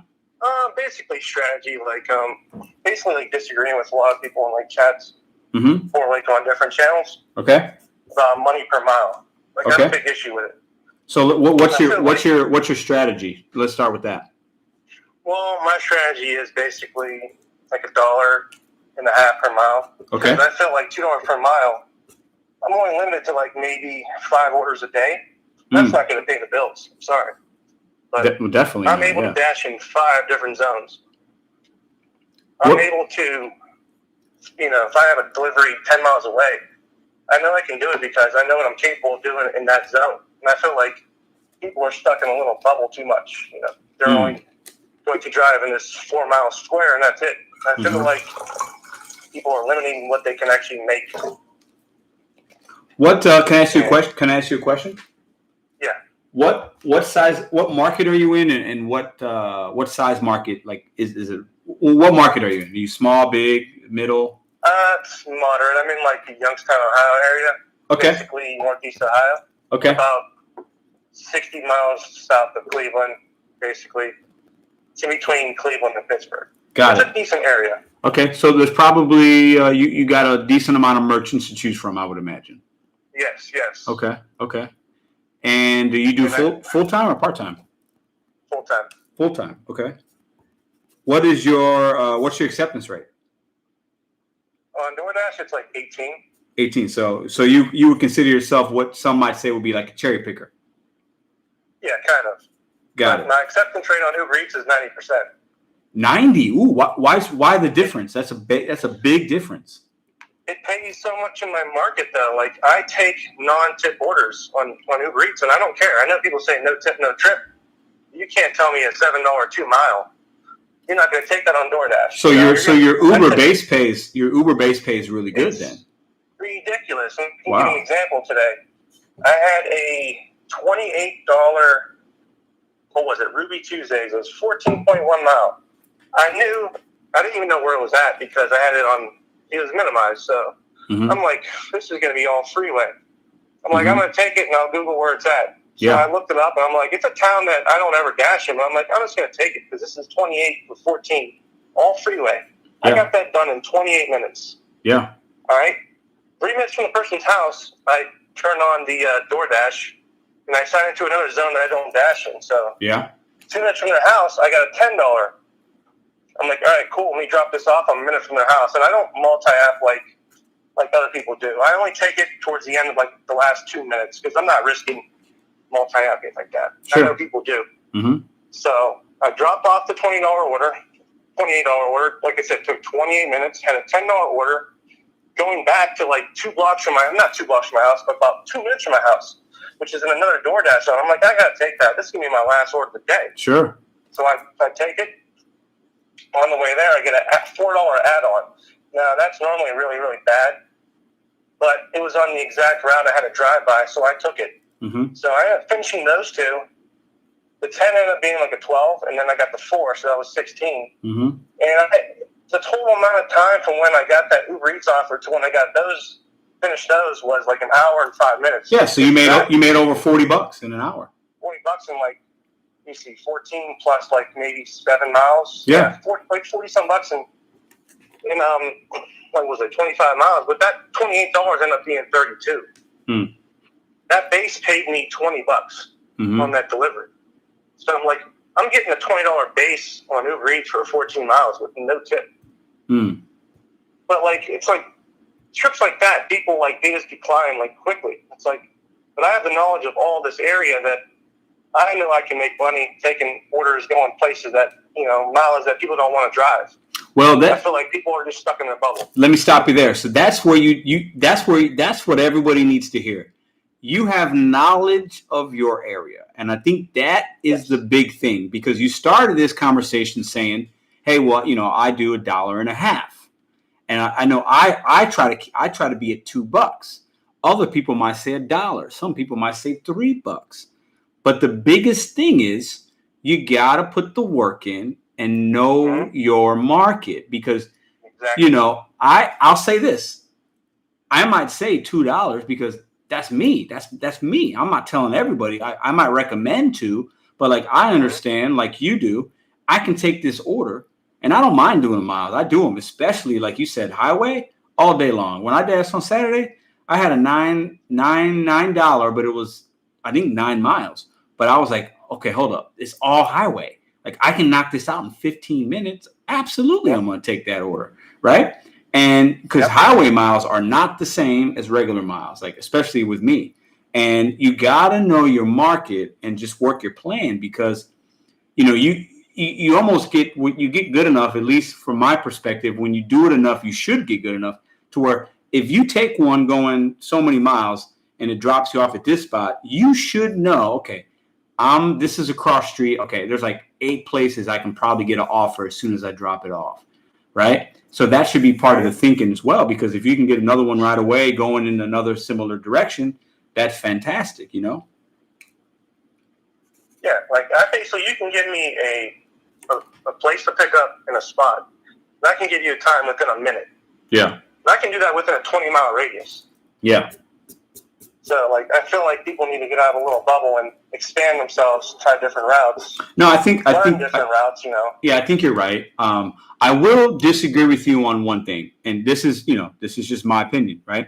It's all good. Yep. But everybody's got to do their own thing, and like you added that $4 order. Now, for me in my market, I've done $4 orders. I've recorded them. I've done multiple $4. I decline that, and I decline it for me in my market for this reason. My market's so busy and it's a little bit of a gamble on my side, and sometimes it works, sometimes it doesn't. Most of the time, I think it does.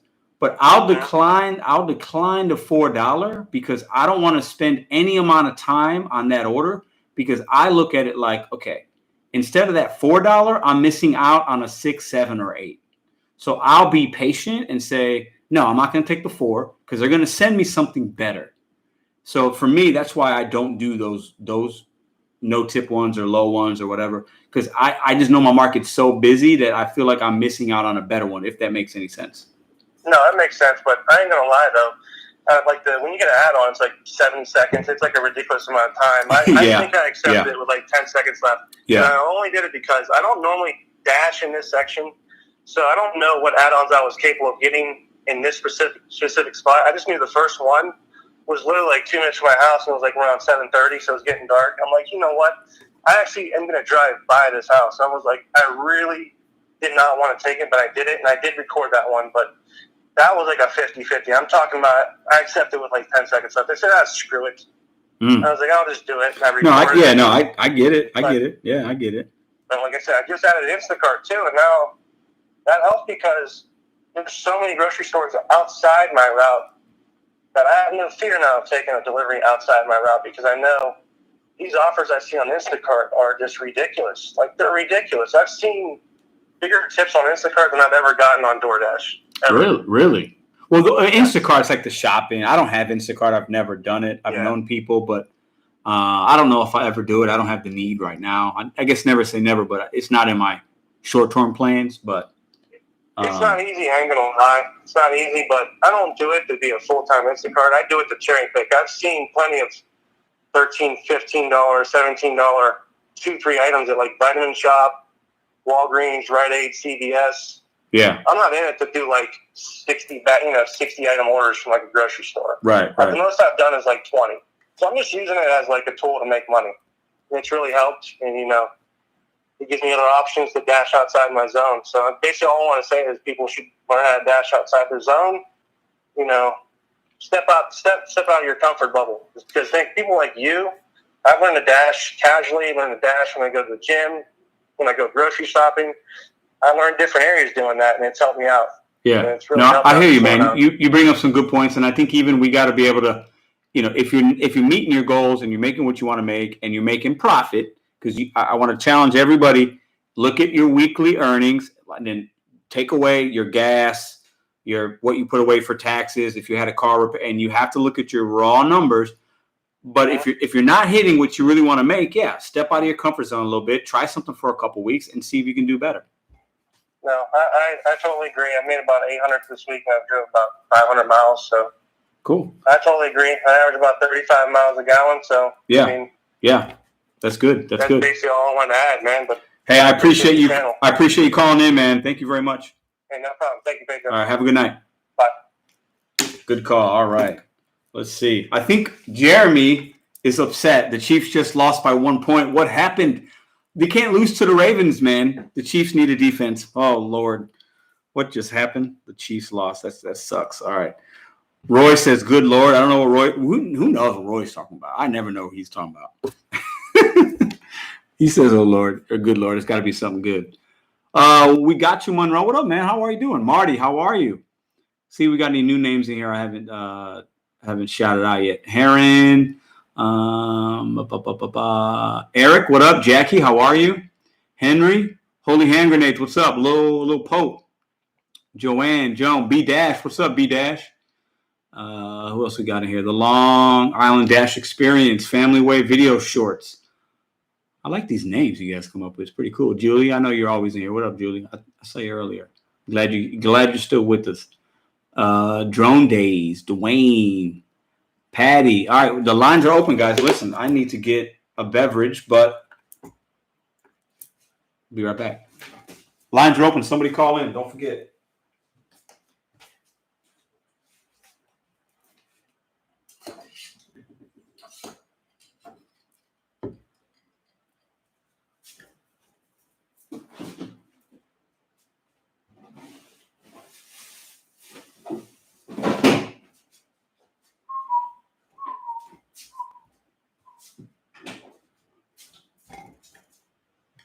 All right, I guess we're going to have to end. Nobody's calling in, so you guys know the rule of the show. I stay on as long as people are calling. But now we got more people in here than we've ever had. That's just how these lives go, I guess. All right, let's see. Jeremy, Mo Dasher, you doing all right? The Chiefs can't be losing to the Ravens. That's a big L. I don't know what happened, but I'll catch up later. But that sucks, man. Sorry. I know you're a big Chiefs fan. I hope it wasn't Mahomes' fault. 160 a mile. Good Lord. Roy, what's yours? What do you do? Well, you don't dash, right? You haven't dashed for a little while, but I think you do other gig apps. Let's see what we got here, guys. Good evening. You are live with Pedro DoorDash Santiago. Who do we have on the line tonight? Hey, Pedro. It's Rachel. Rachel, how are you? Rachel Tanner. Hi, how are you? I'm good. How are you? I'm doing well. What would you like to talk about tonight? I was calling to talk about the work-life balance. Thank you for that. That is one of our topics. What do you got? Yeah, I'm a single mom. I'm on disability, and I have 3 kids, and one of them is still in school, and he's doing school from home right now. Okay. But I go out mostly for DoorDash at lunchtime, and I like to be home for dinner time. Okay. To make dinner for the kids and stuff like that. Sure. And I just do it to just have extra money to get things that the kids want and not just what they need, you know? Mm-hmm. Like the disability helps me get what they need, but I like to be able to get them things they want. And so, I mean, that's real important to me. So. Mm-hmm. And you say you had, how many kids you have? I have 3. 3. Got it. Cool. Well, how old are they, if you don't mind me asking? My daughter is 20. I have a son that's 16 and a son that's 14. So you got the teenagers. Ooh, that ain't easy. I've been there. I know how that goes sometimes. No, they're good. They're good kids though. That's good. I can't complain. That's good. I can't complain. That's good. But yeah. So I mean, you know, while my one son is in school, my daughter, you know, she still lives with me. And my other son doesn't live with me. He is living with his dad, but my daughter is here, and she can keep an eye out for the other one while he's in school. But he's good. He's real disciplined, and you know, gets to it and just does his thing. So I feel good to be able to go and do what I need to do and get back and make sure he caught up on everything and everything's good. And mm-hmm. So what have you? So would you say that your work-life balance right now is pretty good? I would say so, yeah. Okay. I mean, some days are better than others. Sure. Well, yeah. Like the days that like I really make a killing, you know, I come home and I'm like, woo, you know, I made this much money today, you know, and they're like, yay. You know? That's cool. And then other days I'm like, oh, today was something else. Yeah. You know, I mean, it's just that's what like with almost any job, right? Unless you're, you know, unless you're doing something you absolutely love, and even then, like you could be doing something you love and still have a bad day, like we have them, right? But what would you say you've learned about work-life balance that you could tell the people? Like, what have you done what wisdom can you embark upon us about having a good work-life balance? Well, what's important for me is, I mean, as my kids have been growing up, usually they were in school, mm-hmm. you know, so like I was free to do what I wanted during the day, but I always made sure that I was home and made dinner and stuff like that.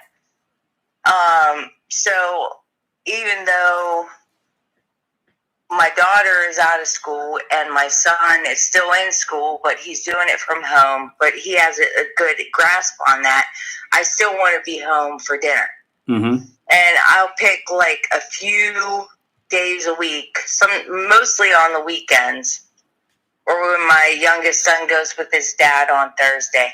Mm-hmm. I'll pick those evenings to go out for dinner time. You know? Yeah. But I want to be here, make them a home cooked meal, and you know, like, okay, well, if I only made $20 when I went out at lunchtime, oh well, I'm gonna be here. I'm gonna make dinner, and we'll try to do better tomorrow. You know? Yeah. And that's all it is. It's like, well, you know, yeah, that wasn't very good, but hey, it's $20 more than I had when I left this morning. So it is what it is. Yeah. You know? Yeah, I hear you. Well, anything else you'd like to talk about tonight, or you got any questions for me? No, I just want to say I really like your channel. I like how positive you are. It helps me to remember that it's not about the little stuff that happens. It's the bigger picture that's important. So, you know, and I believe in karma and all that kind of stuff. So I try really hard to keep my spirits up and keep looking positive to have positive things happening. So I hear you. I think that too. Appreciate you for that. I think that too, and I appreciate you calling in and keep taking care of those 3 kids. I appreciate. Shout out to the single moms. I know that's not easy, but got a lot of respect for the single moms out there. So appreciate you calling in tonight. Thank you. All right, thank you. All right. Bye. Single moms, man, that ain't easy, bro. Listen, I know I'm not a single mom, but I know about it. Ooh, we got somebody calling from NY. Let's see what we got here. You are live with Pedro Dora Santiago. Who do we have on the line tonight? Oh, man. It's the man, the myth, the legend. What's going on, Pedro? It's Lou from Long Island Dash Experience. How's everything? I'm good, man. How are you? I am doing awesome. Yeah, I was trying to figure out a reason. Like, oh, man, I want to call Pedro because Pedro is, like, just the man. No, don't listen, man. No. Okay, I get like red in the face when people say that because that ain't always true. But I appreciate you saying those kind words. So hold up. You said it was a Long Island Dash Experience, right? Yeah. Do you have a YouTube channel? Is that why where that name comes from? Yeah, exactly. Okay, cool. So tell us about your channel for a little bit, if you don't mind. So yeah, the channel is myself and my wife, and basically the idea of the channel is almost like a reality show type thing. So instead of like the normal type channels, this is more like you're a fly on the wall and you're listening to my wife and I discuss. We're discussing the orders. We're talking about situations. I put the camera on my head. I go into the restaurants, and it's us talking back and forth, and then us strategizing. Her kind of keeping me in check. She's the driver. I'm the delivery guy. Mm-hmm. She, so it's almost like a fly on the wall type of experience. Cool. How long have you had the channel? A lot of fun. How long have you guys been doing it? So yeah, we've been doing it. I guess for about like a month and a half. I think the channel started beginning of August. I think it started. Okay, so it's still pretty new then. Yeah. Cool. But it's been a blast. Yeah. And I want to thank you because I just wanted to. We're talking about work-life balance, and I think it's really, and I really started to really think about like why I started doing this. I only started doing the whole DoorDash, Uber Eats, and I'm doing that. The 3 main food deliveries, and we're doing Instacart as well. Okay. And I only started this in July, I think it was. Okay. July, August, September. Yeah. So we started in July. So I have a W-2. I've been working from home since the beginning of the pandemic.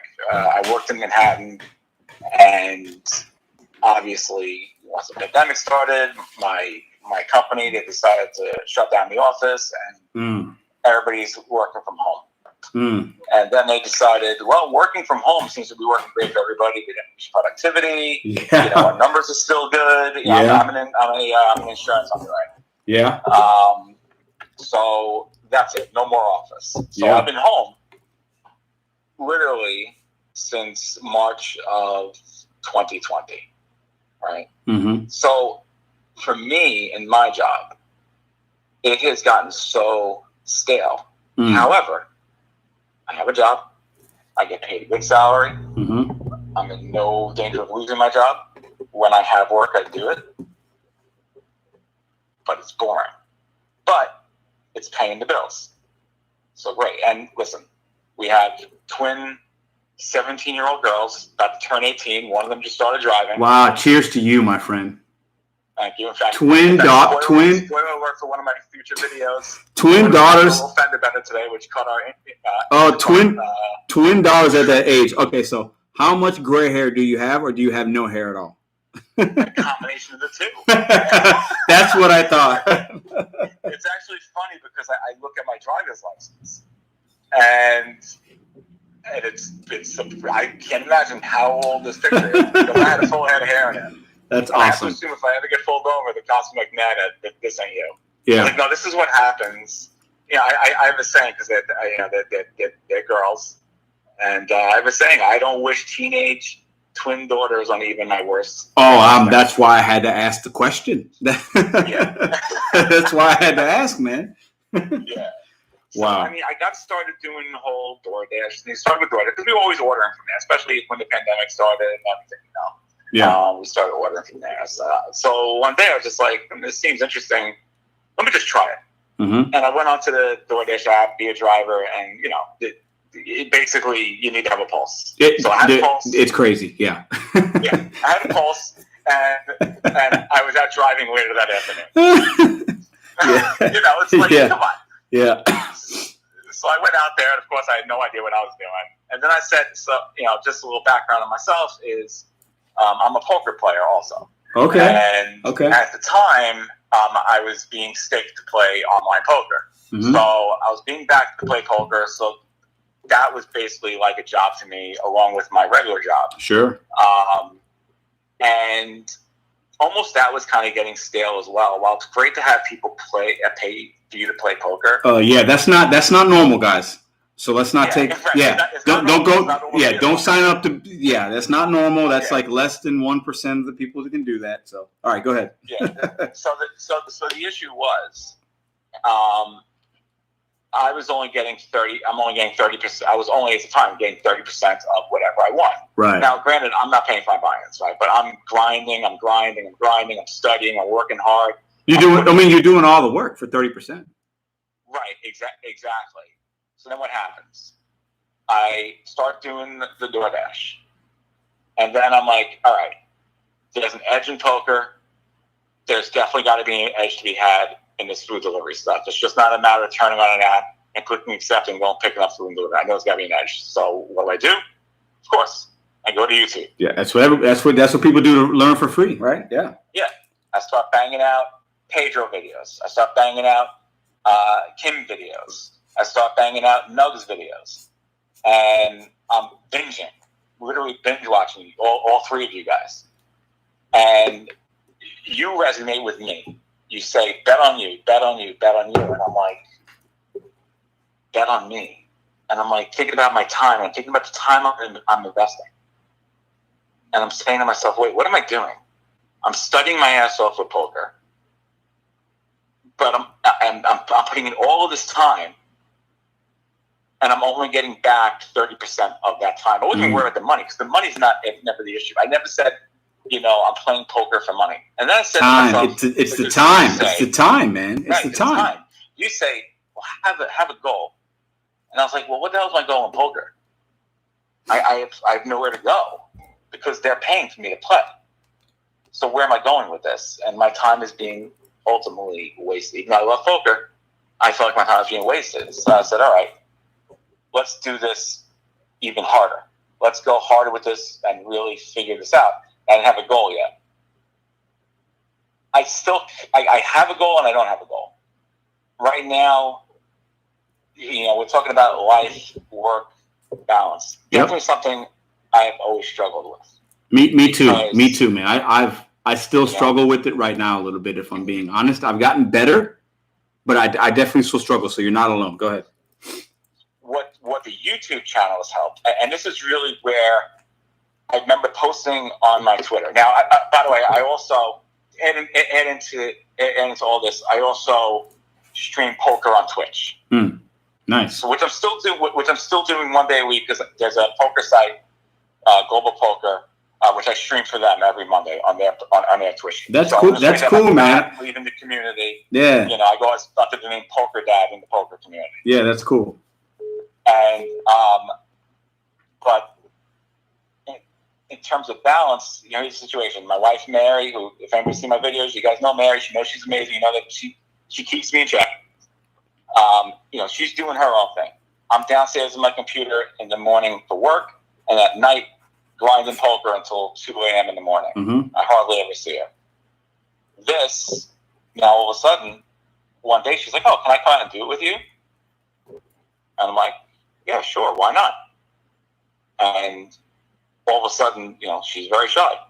All of a sudden, I said to her, I think I'm starting a YouTube channel because I have to. Because if I'm not going to be streaming on Twitch, that's part of your personality. That's part of your personality. Yeah, you're built kind of for that, right? I can't just do this. I can never just do anything in life without it being in front of a camera or in front of people. It's like I got to make a YouTube channel now. She's like, yeah, of course I know you have to make a YouTube channel. So, you know, and I was like, do you want to be in it? Because she does a lot of the drive. I drive by myself too. But when I drive by myself, it's nothing like when she drives. Like she's a good driver. Me, you know, I listen to the GPS. She knows, I say she's Mary Maps. Yeah. So she's much better than the GPS. Yeah. And I said, you want to do it? She's like, all right, but I don't know, like maybe show my arm. And now she's like, you know, she's the star. That's cool. You know what though? Let me interrupt you for a minute. So that's so cool because like I think that's rare that you guys can have that kind of like relationship and put it. You do something fun like that, and that's really cool, man. I mean, I admire you guys for that. I think that's cool. I just want to acknowledge that.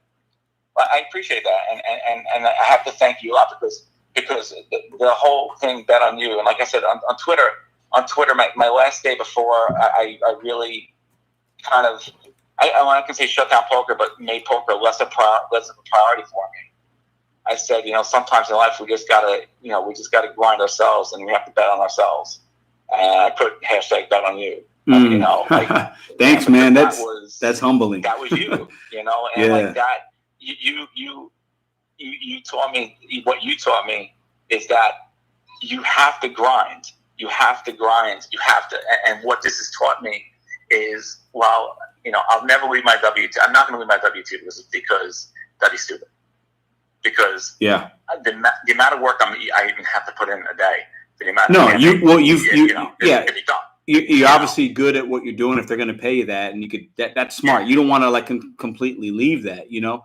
For me, it was a little different because like I can go back to that job tomorrow. You know what I mean? Like if all this fails, if nobody starts watching YouTube and I stop making money on YouTube and DoorDash deactivates me and my vending machines don't work out and I need to make a living, I probably wouldn't go back right now. I'd probably try to figure something out. But the good thing is, like, being a restaurant manager, like, you don't need a degree for that. And, like, they're all hiring. So I say, you know what? Like, worst case scenario, if this don't work out for me, I have numerous places as a fallback. You know what I mean?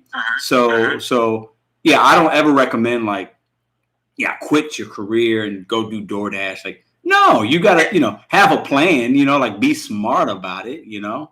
And you know what's great about this is allowing us, you know, like one of your previous callers mentioned how it you know, she's able to, you know, to do more for her kids and things like that. And that's really where we are now. It's, you know, the money that we make from our W-2s. You know, I'm an insurance underwriter. She's an ultrasound tech. You know, both have really good jobs. But we also live in Long Island. And Long Island is expensive as hell. But we live here because this is where we live right now. And maybe a few more years we won't, but right now we do. And you know what? Our W-2s pay for the expenses and pay for us to live comfortable. And this extra money really helps us. Helps us build a savings, helps us, you know, just not, like, for the first time in my life, I am not worried about money at all. Because I know now that, God forbid, like the situation today where my daughter got to this little stupid fender bender. You know, she's a new driver, so you know, I told her, listen, you're gonna get into an accident. Be ready. Whenever you get into an accident, make it small. And she did. It was in a parking lot. She clipped somebody. You know. And you know, the person wanted to settle without insurance. I'm like, all right, fine, whatever. But for the first time, I'm not worried about money because I know if I need $200 for an emergency right now and maybe I don't have it, I can literally go out and make it. And that's what's so good. That's what's so good about DoorDash. And a lot of people trash DoorDash, and I've done it. But like at the end of the day, like we could go if I needed to make money right now. If I was in a position where I needed to go make money to put groceries in my refrigerator, pay my cell phone bill, I could do it right now. It's 10:48 in St. Louis. I could get orders till probably 2 a.m. because I got 7-Elevens. And in the next 3 hours, it's possible I can make $75 real quick. And there's not a lot of jobs you can do that. They're just, you know, so it's really a cool thing. And you know, I complain about DoorDash sometimes because they're kind of shady, but at the end of the day, it still affords me the opportunity to have a YouTube channel, to make money on YouTube, to make money with DoorDash, to bet on myself and like work on my plan. And that's the good thing about gig life, I think. Yeah, and you know, like with the whole entire thing with DoorDash, and listen, I completely agree. I say, listen, I'm driving for them. It doesn't mean I have to like them, you know. But the truth is, it's like, let's face it. When you're one of these big companies, they're all big companies have people working under them. That the people working under them are literally just numbers. Oh, I worked at a casino. I know exactly what I mean. We exactly. At a casino where all these companies are the same. All of them, all the big ones. Yeah. You know, it's some are shadier than others, but they're all they all have a little bit of what's the skeletons in the closet. Because I feel like probably a lot of the best ones aren't at the top because they did everything way too honest. Yeah. I just feel like that at the end of the day, like DoorDash has 1 million drivers around the country. No. Right now, there's 3 million. They said. Yeah, which is insane. But you know what? They're not going to care because as long as they're possibly making money, or maybe they're on the road to possibly being sold, which may be what they want. Who knows? No, there's thousands of people right now. There's thousands of people in this country right now downloading the app as we speak. And then there's another, and then there's probably another 1,000 that are disabling it. So it's just a revolving door for them. That's just how that's their business model. It is what it is. Right. Exactly. And it's like I tell my daughters who, my daughters recently both started working. And, my one daughter, her first job was at Wendy's. And she was saying, I want to make sure I do right by them. I want to make sure, like when she needed to call, I'm afraid to call out. I'm afraid to do this. I was like, I said, I want you to understand something. You work for Wendy's. If you got fired tomorrow, if you quit tomorrow, they'd already have your replacement in. Yeah. They would have already forgotten your name. They might have a bad week, maybe. It might be 7 rough days for those people, but the area director might come in and work. They'll have a manager transfer. I mean, restaurant, they might have a rough couple days. Maybe somebody else has to count the inventory or something, but at the end of the day, they don't care. I mean, it's exactly. It doesn't matter. So this goes back to the whole bet on you is don't worry about anybody else, what anybody else is telling you to do. Don't worry about anybody else's feelings. Do what you have to do to get done whatever it is that you want to do. And absolutely. That's what I preach to them. With teenagers, you just hope that they're listening, and even if they're not listening, we all know, like, we've had our parents in the past that we didn't listen to, and I still, my father passed away a few years ago, and I still say to him now, even though he's not here, I'm like, man, you were right. Yeah, I didn't want to listen to you then, but you were right. When they're 17, 18, when they get to about 14, they're going to start listening to friends, social media, and influencers, whatever that means to them within their bubble, before parents, because that's not cool. And that's okay. That's normal, actually. Right. Like they have to go through those rites of passage, as I call them, and then they hit maybe right after college or so. Then oh, mom, dad, you were right, and then they come back around. So and that's okay. And that's okay. One of the toughest parts about being a parent of teenagers, is allowing them to screw up, because if they don't screw up, then they're never going to learn. Never going to learn. And you got to go through the rough stuff to kind of earn your way a little, right? Like you got to make mistakes and be okay with that. And as parents, we want to pick them up and coddle them, and there's moments for that. But at the end of the day, we got to let them learn the hard way sometimes. We got to let them cry a little bit. We got to let them say, you know what? All right, you made a mistake. You got to do this, but they're going to do that on their own when they get to a certain point. And everything that we say to them as teenagers goes in one ear and out the other. And then they'll have moments and they'll listen to some. But at the end of the day, their friends are going to influence them more than anything. The people that they're around, like, we're parents. We're not supposed to be cool. Like, we're supposed to be there to parent them. And, like, they're going to listen to their friends first. They're going to follow the social media. Like, that's just the world that they're in. We didn't have social media growing up, you and I. We didn't, so we. And I say thank God for that. Oh, man. If I had social media, because I was a knucklehead. if I was younger and had social media, I don't know, like it would have been bad for me because I was a knucklehead. Like, you know, like we didn't have all these dating apps and all this baloney. Like it would have been bad. I'm glad I'm glad I don't have to deal with that kind of stuff, man. Hey, I appreciate you calling in and sharing your story. I'm going to check your channel out. Shame on me for not doing that before, but I'll do it tonight when I get off. So. Well, I appreciate that. I appreciate you having the show, and I appreciate everything you do. You know, you're definitely an inspiration. So appreciate it, man. Thank you very much. Keep it going. Thanks, man. Thank you. All right, have a good one. All right. Longer call, but I didn't want to end that one. Sorry, guys. I can change the rules as we go. That's how it goes. All right, who we got here, buddy? All right, what see who we got here. All right, you are live with Pedro Dorda Santiago. Who do we have on the line tonight?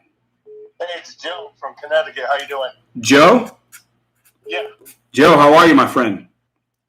Good. How you doing? I'm good, man. A few little points I want to put to you, and just a few little unicorns that I got. Absolutely, go right ahead. Yeah, the first one is I was dashing. It was like a week ago, and I got the text. You know how you get the text, you know, and then you're supposed to get the order on the screen. Yeah. Well, I got the text, and then nothing came on the screen. Right? So it said it was an order from a restaurant, or it actually was I forgot which restaurant it was. But anyways, so I was just like, I'll just let it go. But I said, you know what? Let me call them. I called up support, and I told them that I got the text, but I never got the order. So she goes, oh, okay, we're sorry about that. So I said, well, how much was it? She said, it came in as $11. And I said, well, what's the actual payout? And she goes, well, it's $18.50. Oh. So, you know, it just goes to show you that they are hiding the tips, you know? Oh, yeah, absolutely. So I told her, I said, well, you know what? I want that order. I said, did you assign it to somebody? And they said, yeah, we did assign it to somebody, but we'll take that from them and we'll give it to you. What? So I was just what? Yeah, what? Yeah. That's crazy. So I was just wondering, like, wouldn't that person be mad that, like, they got that order? They didn't know it was going to be $18.50. They came in at 11, you know. But I wonder if that's ever happened. Like, if you got an order and then they take it. Well, I'll say this. I think this is like very, very, very, very extreme case that does not happen very often.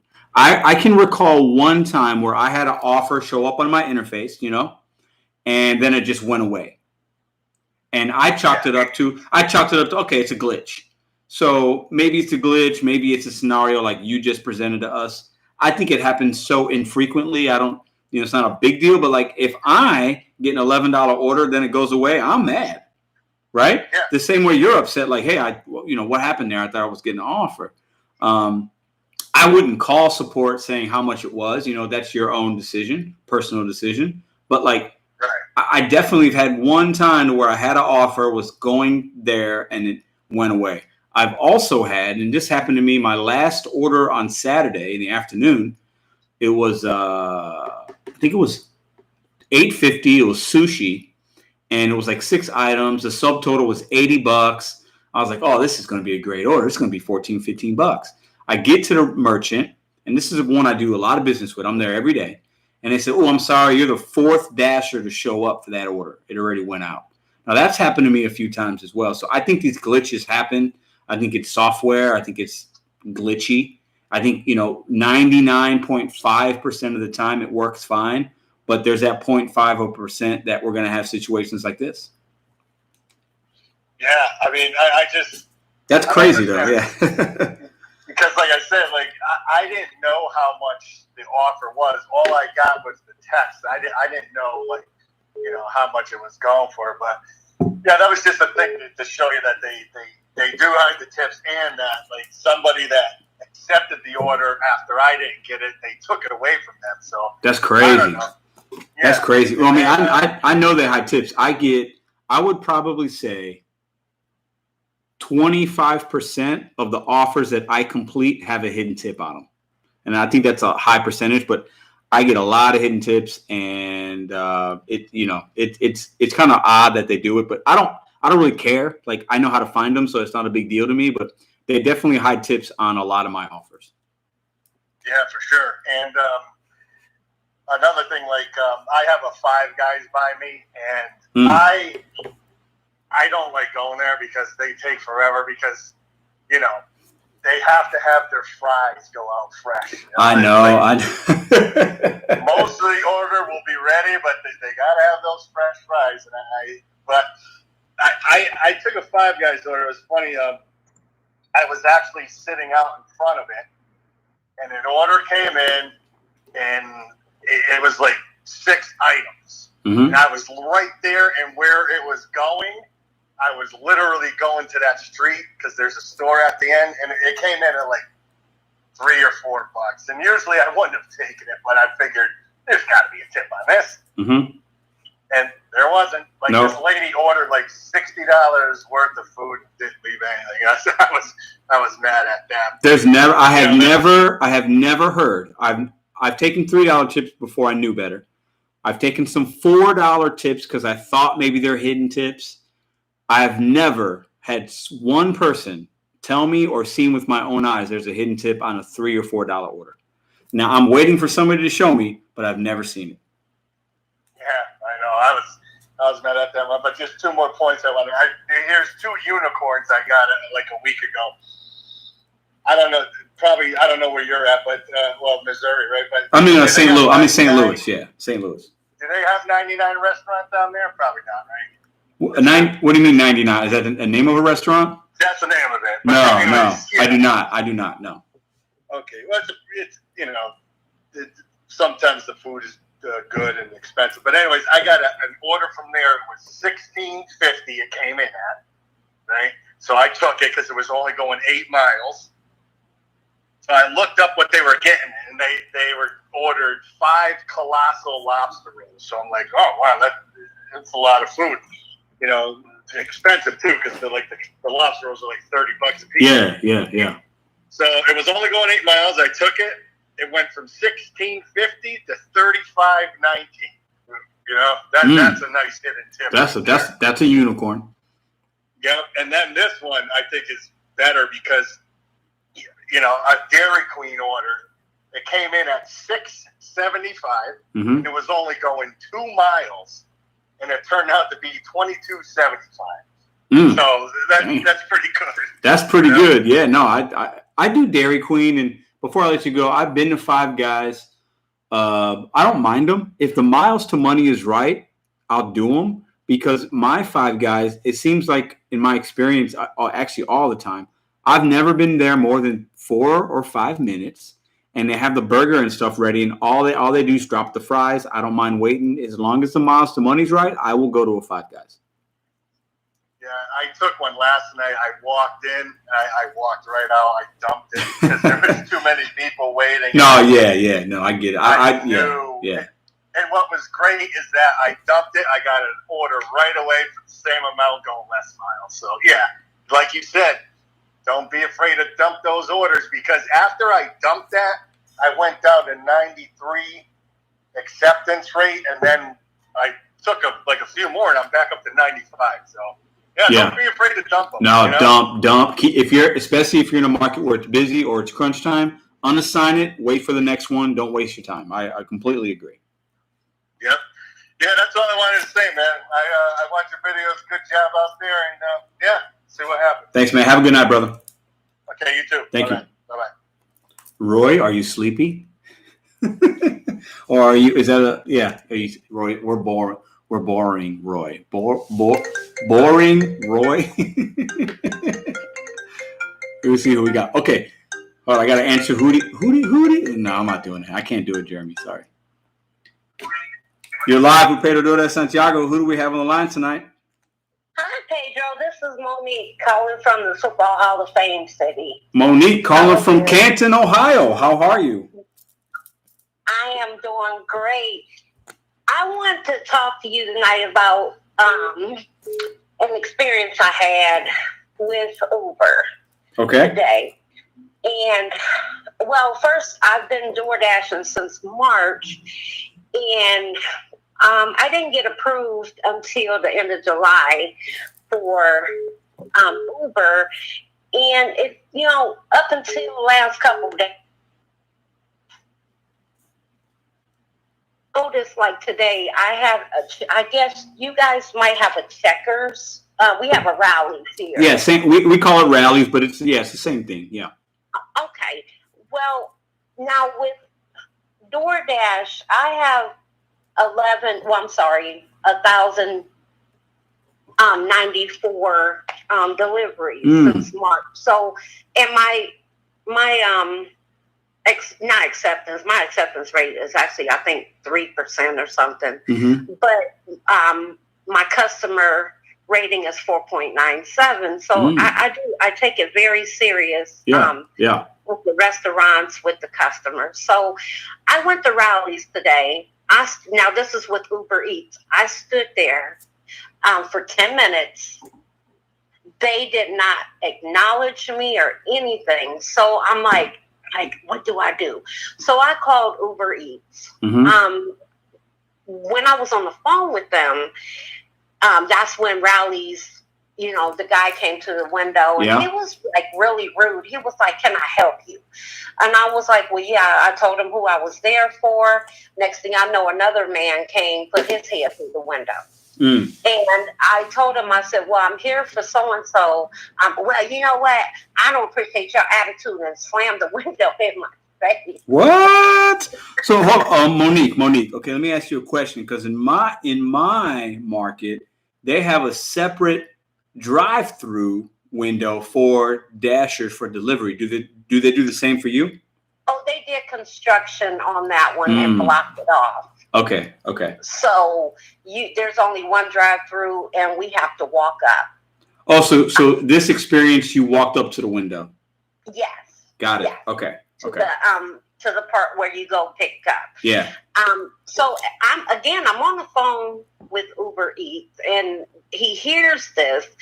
I go to pull off. I'm still on the phone with him. I said, "What do I do?" Because my acceptance rate is actually 51%.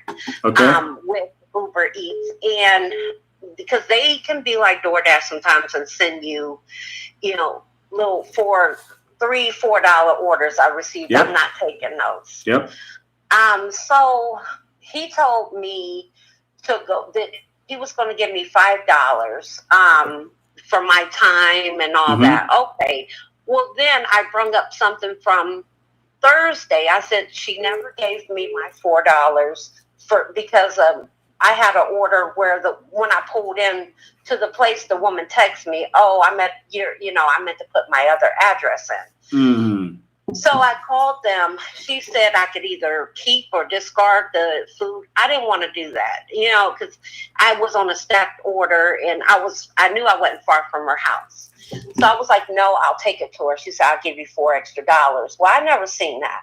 So I mentioned that today, and then he hung up on me. What? He hung up. So I had to call back. Anyway, the third person I spoke with, she said, you know, she gave me $3 instead of the $5. I said, "You know what? That's fine. I'll take it."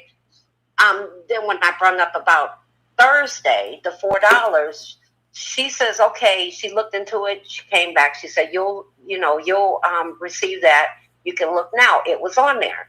We hung up. It was $-4. She took it back. $-4. Yes, I am thinking about calling them tomorrow to ask them why. You know, it can be so frustrating, and the reason why. And every now and then I'll say something on your post, but I watch your blogs daily. Thank you. And actually, that's what gets me through. And when I first started, that's what got me through, because I didn't know what I was doing. And you had a caller that is from Youngstown. Yeah. Well, last year and beginning of this year, I would go to visit a friend in Youngstown that dashed on the side. He has a W-2 job. So I would go and, you know, just to see how things, he would always say, I don't think you could do this. But, you know, me and him, we're not friends anymore. So it's like, I didn't know who to contact, what to do. Yeah. And we just started going through YouTube and Googling. Yeah. And my son did too to help me out. And then I came across, and it's like I've been stuck on Pedro. And I know, and it's so funny because there's a hot spot, Chipotle. Yeah. And a lot of people, you know, they see me there. I'll sit there for a little bit, or I'll move to another hot spot. And there's people that pull up next to me. Hey, how's it going today? They just know I'm Dash. And so yeah. I told the one girl the other day, I was like, what do you do, Uber? Or, you know, she's like, I DoorDash. And we was talking. I told her, I said, I would love to, if we could form, I said, whether it's just a, you know, a little powwow, you just want to get something off your chest, or, you know, anything. I was like, we should form a little group, maybe meet at McDonald's or Starbucks or something and just, you know, talk or whatever. But yeah, if it wasn't for you, I'm not going to lie. And I know you hear this and I hear it and see it, but you are you're a blessing to a lot of people, whether you know it or not. And I thank you so much. It's hard for me to hear that, if I'm being honest with you. But it's very humbling, and I try to help people. I enjoy it. I really do. I enjoy it, and I do this every day, and I look forward to it. And I work hard at it, and I'm being myself. But I do realize I have a small responsibility to try to give people information or entertainment or knowledge, or talk about a topic, or give you something funny to laugh about, or something relatable. So I really appreciate you saying that, because I really do. I'm aware of it. As humbling as it is, like, I understand that a lot of people do watch this channel, and it's really cool. And I really appreciate you saying that and your kind words. You're welcome. You can always tell when somebody is genuine. I am older than you. And I think my judge of character, except for my ex-husband, I wish I would have knew about that before, but I understand. A good judge of character. And when I seen you, I think the first two videos, I was like, wow, he seems like he's so genuine. Not saying the other ones I watched isn't. Sure. No, yeah. You know, you're right. Not down in them or anything, but it's just something about you that just drew me. And I even tell the people that pull up and ask me, you know, don't even know him. I was like, you know what? I was just sitting here watching Pedro. You ever heard of Pedro? He's on YouTube. I appreciate you doing that. Thank you. This is what I do. I used to be a supervisor, and I was on a salary, making pretty good money. But you know what, Pedro? I didn't have time for my family. I was overworked, and even though I was making decent money, it was ridiculous. Same. I just would want to come home and come right in my room. Same. Next thing I know, I'm getting called or text, you know, from one of my group homes, and it was so stressful. Yeah. But this, I don't make the money. I mean, I could if I just said, okay, get up in the morning and said, this is what I'm going to do. Like you say, work on, you know, how do you say it? Work. On I'll give you my really cheesy tagline. You ready? Okay. Bet on you. Set goals one day at a time. Yeah. That's what I talk about. I preach it because I think it's important for me. And if it's important for you, great. If it isn't, that's fine too. But like for me, I think about that stuff every day. So when I heard you say that for the first time, I swear it's like a light. A light. And you know what, Monique? This is us. I literally was doing these videos, and like I remember, I could not even tell you where I was at when I thought of that, but I just thought of it. It's not something that I read, or it was just like, you know what, like I want to have like a little like slogan or like something, you know. And I was like, you know what, I'm betting on myself right now in my life. Okay, I got some goal, and I just said it, and I was like, I said it in the video, and it's kind of a thing now, and it's really humbling. But like at the end of the day, like it just came to me because that's where I'm at in my life, and I'm really grateful that I can share that with other people. So it's nice to hear people say that it means something to them, because that's the intent in it. So. And I also want to tell you, I'm not a follower. I've had 7. One passed away. I've had 2 sets of twins, all boys. And I taught all my boys, never be a follower. Mm-hmm. You want to be a leader. So, even watching you, I know you said, we'll let you know. There's nothing so far that you said that I disagreed with. When it came to Top Dasher, when you was like, you don't have to be, I was like, wow, because I was taking those $3 orders. Yeah, you don't got to do that. Don't do that. No, don't be disadvantaged. Don't do that. You said in your area, you can click, hit dash now. Yeah. In my area, as long as it's red, it'll let you. Yeah. And another thing, I don't know if your viewers know, another dasher taught me this, is because I would sit up until midnight to wait until, so I can, schedule the dash, what is it, for 5-6 days ahead or whatever. Yeah, I think some people have said they can schedule their week. I know Gig Lebowski he has a channel. He's in the chat right now, and he'll schedule like a few days or like a week at a time because, that's how he wants to make sure he gets on a block and he sets his week up like that. So I've never had to do that, but I do know a lot of people do that and it helps them out. Well, and I don't know about anybody else's market, but in my market, at 3 or around 4-ish, it'll open up to me. So I don't have to wait. I think it's the completion rate that's what the one guy was telling me that I met through Dash, and is if your completion rate is, I think mine is at, let me look real quick. It's as long as it's not under something he was saying. Well, your completion rate, you don't want it to fall below 80% because they could possibly deactivate you for that. So your completion is like how many you actually complete after you accept it, and you can unassign orders and things, and it will go down from there. It's based on your last 100 deliveries. You just don't want to fall below 80%. Well, I'm at 97. That's good. I think it's 95, possibly. If you're 95 and above, it could be a little lower. I'm not sure. That you wouldn't have to, or whoever would have to stay up till midnight if that's what they're doing. Yeah, I don't know. That I'm not sure because I haven't experienced that myself. But that I can't really speak about. I don't want to misspeak, Yeah, sure. Well, Pedro, I want to thank you so much. Monique, thank you for calling. I appreciate the support, and you're always welcome to call back. I do this every Sunday, so thank you. Have a great rest of your evening. You also. All right, thank you. We got one call on hold, and then I got to take a bathroom break. All right, you are live with Pedro Dora Santiago. Who do we have on the line tonight? Yeah, is this the Pedro Santiago show? It is. Who is this? Who do you think it is, man? This is Roy, bro. Roy, I can't understand your voice, man. What up, bro? How are you, man? I was being stupid, man. Play around. What's going on, brother? How are you today, man? Oh, I'm doing good, man. Just chilling. What'd you do today? Did you work at all? Or did you chill all day? Actually, I went there and I actually bought some lights. I installed some safety lights on my car. Cool. So when I'm delivering and stuff, and I gotta stop in the middle of the road. What do you drive, man? I have a 2015 Hyundai Sonata. Oh, those are nice. Yeah. Yeah. So what you been up to, man? How's everything going? Chilling. I'm good, man. Just doing this live show. Didn't work at all today. I don't ever work on Sundays. It's a new thing. Like I'm just not gonna do it. It's gonna be a relaxed day. So I kind of like that. So. Yeah, definitely, man. Like I said, you got it. Like you were saying with the work-life balance, man.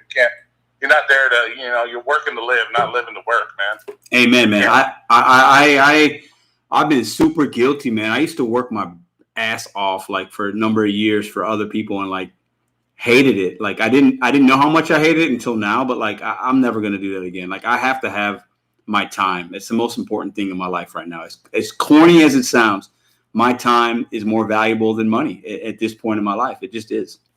Well, it's that, and you're getting older. You see, situations like UDM, shit like that. And then you got to think, damn, is working all that more important than seeing the fams or having a good time with the kids? Yep. Yeah, that's the shit people got to think about, man. It's like, yeah. I know bills have to be paid, but at the same time, man, you got to, man, if it means changing up your lifestyle some so you can not have to work 80 hours a week, then change up your lifestyle some.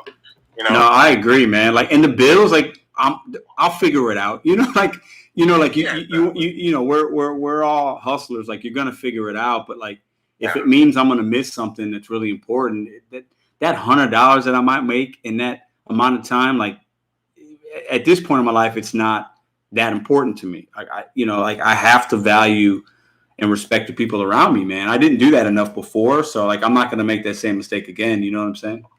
Yeah, exactly. Like, that's time you're never going to get back. Never. So, I'll never get back, man. Never. You know what I'm saying? So, Never. you know, and if you're concentrating so hard on making money, you know, you're just going to end up stressing yourself out more. You know, it'll come when it comes. It's like this whole DoorDash. Like, I haven't delivered since August 9th. Yeah, I remember you saying that a couple weeks ago. But share with us. So I know you have W2. You're at a pizza spot, right? Yeah, Domino's. Yeah. And then you also, what apps do you actually work at? Do you have any gig apps that you're doing? Actually, the only app I have right now is DoorDash. I'm waiting on Grubhub. I'm on the waiting list like everybody. So I can't do Uber Eats because of my criminal record. Oh, I didn't know that I guess the service that they use checks more for Uber. Well, the thing is when I got deactivated from Lyft, I signed up for Uber as a driver. Yeah. So they ran me as an actual Uber driver, not an Uber Eats delivery. I see. Yeah. Okay. And since they ran the background check for that, they won't rerun the background check for anything else. That's stupid. Yeah, it's ridiculous. Yeah, I did Uber Eats first. Oh, no, I'm sorry. I did the Uber rideshare first, and then the Uber Eats came after for me. But I tried to get Grubhub about a month ago. And then they denied me because of some old ticket I had from years ago, and I haven't even tried to like rebuttal it. I just said, you know what, screw it. I don't want to be on it. It is what it is. But Grubhub denied me about a month ago. Oh yeah, wow, that's crazy. Yeah, I have a ticket pending right now that I got in February, so it still hasn't went to court because our courts have been shut down, right? Because of the Rona bull crap, right? So I don't know if that'll affect, but yeah, I'm still on hold. They're still got me on the waiting list. Yeah, that's typical. And Domino's is nasty. Whoever said that, Mo Dasher. Tell Mo Dasher Domino's nasty. So you know what? I try to eat local spots, but I'm gonna be honest with you. I don't mind Domino's. I don't know. I mean, I prefer Pizza Hut all the way, bro. Really. You know what though, Roy? I could not tell you the last time I had Pizza Hut. Maybe when I was a kid. Like, I just don't. Yeah. We don't have a lot of them around here in St. Louis. We have a lot of Domino's, but I don't even know what Pizza Hut tastes like, man. I just don't. Yeah. Well, that's the thing too. I work there too, so I got to see Domino's every day. You're smelling that shit every day. Yeah, no, Domino's has a smell. That is true. Yeah, and it's just you're dealing with it all day long. You're like, oh, last thing you want to do is eat the shit. No, I hear you, man. I worked at Applebee's for 15 years, and Applebee's has a smell. And there's some good things in Applebee's. There's some good food, but at the end of the day, like, I'll never eat at Applebee's again because I know how it's cooked. I know what bags they come in. Like, I'm not, you know what I'm, you go behind the curtain. You're like, no, I'm good. I don't want that spinach and artichoke dip. I'm all right. Yeah, exactly. Well, that's like me in Chinese food. I refuse to take a Chinese food order. That food makes me want to throw up every time I take it. So I'm like, I'm not taking no Chinese food orders. I'm not doing it. You mean you don't even accept them? No, when they dash, if it comes up a Chinese food place, I will not take it.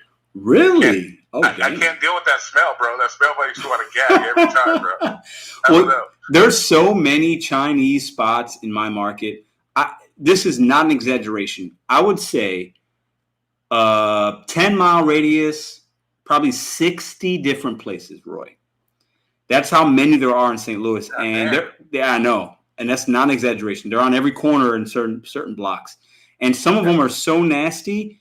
So for me, it's like either really nasty or like some of them are pretty decent. Like we have a couple like what might you consider upscale, and those quality of ingredients are pretty all right. But other ones, yeah, there might be a cat or dog in your food, and you're not really sure 100%. You know, I believe you, man, because they're like a couple restaurants here got busted by the health department. Mm-hmm. They were hanging their ducks outside to dry. Oh yeah, out in the Chinatown area. So it was like, oh, that's nasty. And they always like when you go on like we have this thing called dirty dining on the news. Yeah. Where they go to restaurants. It's always the Chinese places doing gross shit. Like, it's they're I've been to a few that are, you can tell their cleanliness is up to date, but a lot of them in my market, it's just different. I don't know how they pass a health inspection. I don't know how they do it. Like, I don't understand it. I was at one just yesterday. I went to this place called Joyful Seafood House. It's a Vietnamese spot. And actually the food's really good, but like they had some parts of it, they had food just sitting out, and there's no like food temperature control. Like, and it's like this stuff is wrapped while it's still hot and bacteria grows. Like, I have no idea how they pass the health inspection. It's crazy. Yeah, that's great. That's just straight nasty. And Delivery with Ellen, if you want to know which one I work at, that's the Heron Decatur store. Okay. Is your spot really? Are you guys really busy there at Domino's? You know, ever since they got rid of the extra unemployment, it's died down quite a bit. Oh, really? Because I'm kind of in that like half ghetto, half like good area. So it's like one half of our delivery area. It's like, do I buy the weed or do I buy pizza? So now, it's like they don't have the extra money. So now it's like, buy the weed, screw the pizza. So it sounds like your demographic is probably very similar to where I live. I think, Roy. Yeah. I'm very like my zip code. You can have people that don't have a lot, and then you go about a mile up the road and there's $1 million home. It's really crazy in St. Louis. Like that. Exactly. We have like a 3-mile delivery radius from our store. And you can actually divide it in half ghetto and then half, good tippers, half no tippers. Yeah, it's the same. And I'm kind of the a-hole. So like if I get because we get the same customers over and over again. So, if you don't tip me, or I know you're not going to tip me, I'm going to shake your soda up. Listen, you're wrong for that. You're wrong for that, man. Yeah, but you know what? It's wrong. It's wrong for people to think that we don't put our lives on the line, our cars on the line. You're right. Every day, so they can sit on their ass and watch TV or play video games. You're right. It's true. I totaled my other car working at Domino's. Oh, really? I got my car totaled in an accident. So that's crazy. I didn't know that. That's crazy. Yeah, it got totaled, and so it's like we put our life, and this goes same with DoorDash and everything else. We put our lives on the line day in, day out, just so they can sit on their ass and enjoy their food, and they don't want to throw us a couple dollars. No, I hope you choke on it. Really, I do. I hate that shit. That's true, and I think your perspective is very different than mine in the fact that working at Domino's, you got to take that, right? Yes. So you have to take that. 99% of the time get to make the decision if I want to take a tip or no tip. So it's very different. It's very different in that way. Yeah, exactly. You're forced to take it. It's not like I can decline it. No, I know I'm not going to get a tip. I can tell right off the bat. So right. Yeah. So there's been days when I delivered 8-9 deliveries and I've gotten 2 tips out of everybody. 2 two customers have tipped. It's been days like that, and it's like. That makes us feel like crap as delivery drivers. Yeah, I bet. And that's what I don't think customers understand is, first of all, we're the ones dealing with your food. That's the last thing you want somebody messing with is your food. Yeah. And it's like. And you know what? Domino's, and I've said this before, I think is the most transparent. Like you guys on the box for years now, Domino's has been ahead of the game. In my opinion, on the box it says drivers carry this amount in cash. Like the delivery fee does not go to a driver. Please tip. Like Domino's, I think is very transparent with the customer. So from your perspective, it's even worse if a customer don't tip because Domino's is telling you they work on tips. Yeah, and this I probably should be saying, but Domino's has been sued multiple times for not taking care of their drivers as well. Oh, I've heard that. Yeah, I've heard that. Yeah, I've heard that. It just depends on where you're at. Like. You got the franchise stores versus the corporate stores. Right. Shit like that. In my market, Domino's right now, they're always hiring, like a lot of places, but they have signs, $500 driver bonus for sign up. Like if you get hired as a driver, they give you a $500 bonus. I've never tried it, but that's what the sign says. And because I think there's such a shortage, Yeah, that's crazy because yeah, well, see, that's the thing, and a lot of people think that pizza delivery, and that's a lot. I think a lot of people have a big myth about, like, they think, okay, if I work for like a pizza place, I'm going to get lots of tips, and at the end of the day, it's a no. Yeah, you're looking sometimes 40% of your customers don't even tip. So a lot of people think, you work at Domino's, you probably make lots of money. No, you don't. And so when you get people that do get hired, they're working for 2 weeks and they really see, okay, I'm going home with $25 tip. Yeah. Fuck that. I'm not going through all that, No, yeah. So, I have respect for my father, Roy. When I was 17, I went to go live with my dad. And at the time, he was divorced from my mom. I'll share a quick story, right? And my dad's there's 4 of us. So my dad remarried, had another son. He's my half brother. So there's 4 of us. He was working 3 jobs. He worked at Babies R Us, Kids R Us. He worked at a Swarovski's like crystal jewelry place. And he delivered for Domino's 2 days out the week. And he was working crazy amount of hours because he had to, not because he wanted to. And he'd come home and be like, man, I just made $15 in tips, And this was a while ago, but he was like busting his butt and making like nothing because people are just lousy sometimes, Yeah, well, I actually got written up like 3 weeks ago because I went off on a customer for not tipping. So, Well, but you knew that was probably a possibility, right? Well, yeah, I don't care. I'm. You guys hear my filter. I have none. Yeah, that's why I said that. I knew that you knew. Yeah. Like I'm gonna let him know what's up. Yeah, exactly. And my boss laughed at it, so he still had to do something that they called. That's just how it is. Yeah. But the look on people's face when you say that, it's hilarious because like it makes them feel like crap because it's like you just dogged you right in front of you, and I don't care. Like I don't care. So well, you know what? He probably deserved it, right? So because he's ordered pizza 100 times and did that. So yeah, and I went off mad. Like it was like I had already did like 7 deliveries. That was the one where I said I had 2 tip night. Uh-huh. So I did 7 already, 2 tips. So this would have been the 8th one. I went there, $50 order, big ass order of food. I give him the receipt. He doesn't tip, but he has like 4 cars in the driveway. So I'm like, yo, dude, I said, do any of these 4 cars work in your driveway? He goes, yeah. And I said, well, do me a favor next time. Since you want to take care of the drivers, why don't you just jump in one of these things and go get your own fucking food next time? And you know what you should have added? You should say, hey, you got any like change in those cars? Can you go ruffle up some quarter? Can you go get some quarters for me real quick? Well, I've done that too, though. I've done that. I've given people back their 90-cent tips. I tell them, here's your 90 cents back. Do me a favor, put it in a jar. So the next guy that comes, you can tip him a little better. Hey, listen, man. I there's got to be a Roy out there to say the shit that we don't want to say. So I appreciate you doing that. All right, but just understand that you got it. You might get written up. It is what it is. So Yeah, it is what it is. Man, you know what? The only way you get fired from Domino's is stealing. I would have been fired like 35 times by now. Yeah, and you don't strike me as the kind of guy that's going to steal from Domino's. So. No, hell no, dude. Yeah. There's nothing worth stealing, bro. I already got a criminal record. I don't need to add. Yeah, no, you don't need that mess right now. Yeah. Yeah, right. What's up? This is a tip for all you people in the room, though. If you ever do go to jail, leave like $20 in your pocket for commissary, because you don't want to eat the food. No, you need the commissary because you might not know the people that you think are going to give you commissary might not give you commissary. So you need to have that. You don't want to be taking food from criminals. They expect other things in return. No, you don't want that bologna sandwich and a cup of applesauce. Nope. Roy, listen, bro. I've been there. I know. I understand, man. Trust me. Yeah. I remember the one time I was arrested, man. That's what we got. We got a bologna sandwich, yep, a little bag of chips, and a fucking apple. Been there, man. Yeah. Been there. 3 times a day. 3 times a day. It sucks, man. But that's when you learn to bring the commissary money. Yeah, I hear you. Thanks for calling in. I'm gonna let you go, man. So appreciate you calling in, Roy. Thanks, man. Not a problem, man. I hope everybody has a good night out there. Y'all be safe. You know my thing about safety. So. All that good looking, man. Thanks. All right, man. You guys take care. Bye. I gotta pause. 30 seconds. Is she so stupid?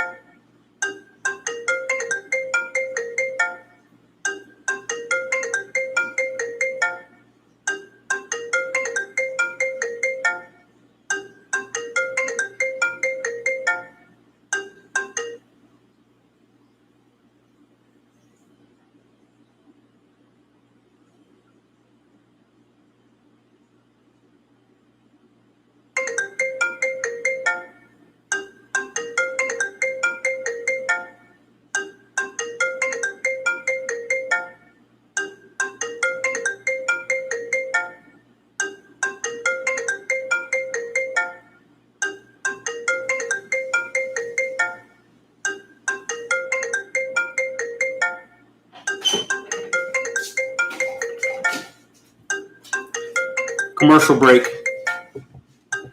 All right, we got to pause. That commercial break was brought to you by Hootie Hoo. What is your why? Hootie Hoo. All right, we listen, guys. We're at 2 hours and 34 minutes. All right, but if we get calls, you guys know what the motto of this show is. It's for the people. I take calls until they come in. So let's take this one here. You're live with Pedro Dordes Santiago. Who do we have on the line tonight? What's up, Pedro? It's Tommy from Georgia. Tommy, what's up, man? How are you? Pretty good. How you doing? I'm doing good, my friend. What do you want to talk about tonight? A couple things. Like, I've learned how to, like, dissect the DoorDash orders from what you tell us. Okay. But the Uber Eats orders is kind of out there. It's like there's no set platform for that. It's like they pick and choose how much they're going to give you by like maybe what the tip is. Yeah. Because like I'll take a $17 order from Uber Eats going 8 miles down the road, thinking I'm getting a $10 tip, and actually it'll be like a $3 tip and a $14 base pay. Yeah, Uber's platform, their base pay is all over the place, and it's definitely more tricky to figure out for me. But which one in your market is busier? Which one do you actually make more money off, DoorDash or Uber? Honestly, man, it's about 50-50. Okay.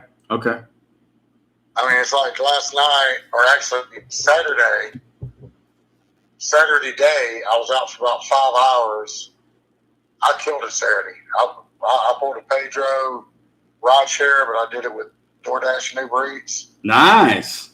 Yeah, I killed it Saturday. I did about 10, 11 hours Saturday. I had like 100 and something when I took my break on DoorDash. And then when I went back out, I started hitting Uber Eats. Even though I had a peak day on DoorDash, I was getting more Uber Eats for better orders. So I started taking them. I ended up with like, about 10 hours, I ended up with like $360-something. Wow, it's phenomenal, man. Nice. And that's a great day. So, that's a great day. Yeah, so I went about 3-4 hours. I come home, so I'm taking the night off. Well, yeah. That reminds me, so you referenced the day I had. I think it was Wednesday. I did Uber Eats or Uber rideshare, and I made like crazy amount of money in like 7 hours. I was like so lucky, but I had a big crazy promo, but those days are worth it, man. Like when you have a good day like that, it feels good. At least for me, it feels like I got something done. Like, you know, I make a good amount of money. Maybe I can take off the next day or only work a half a day, something like that.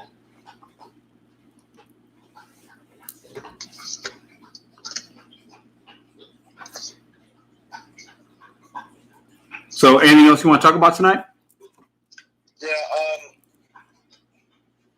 these orders to where like you show up and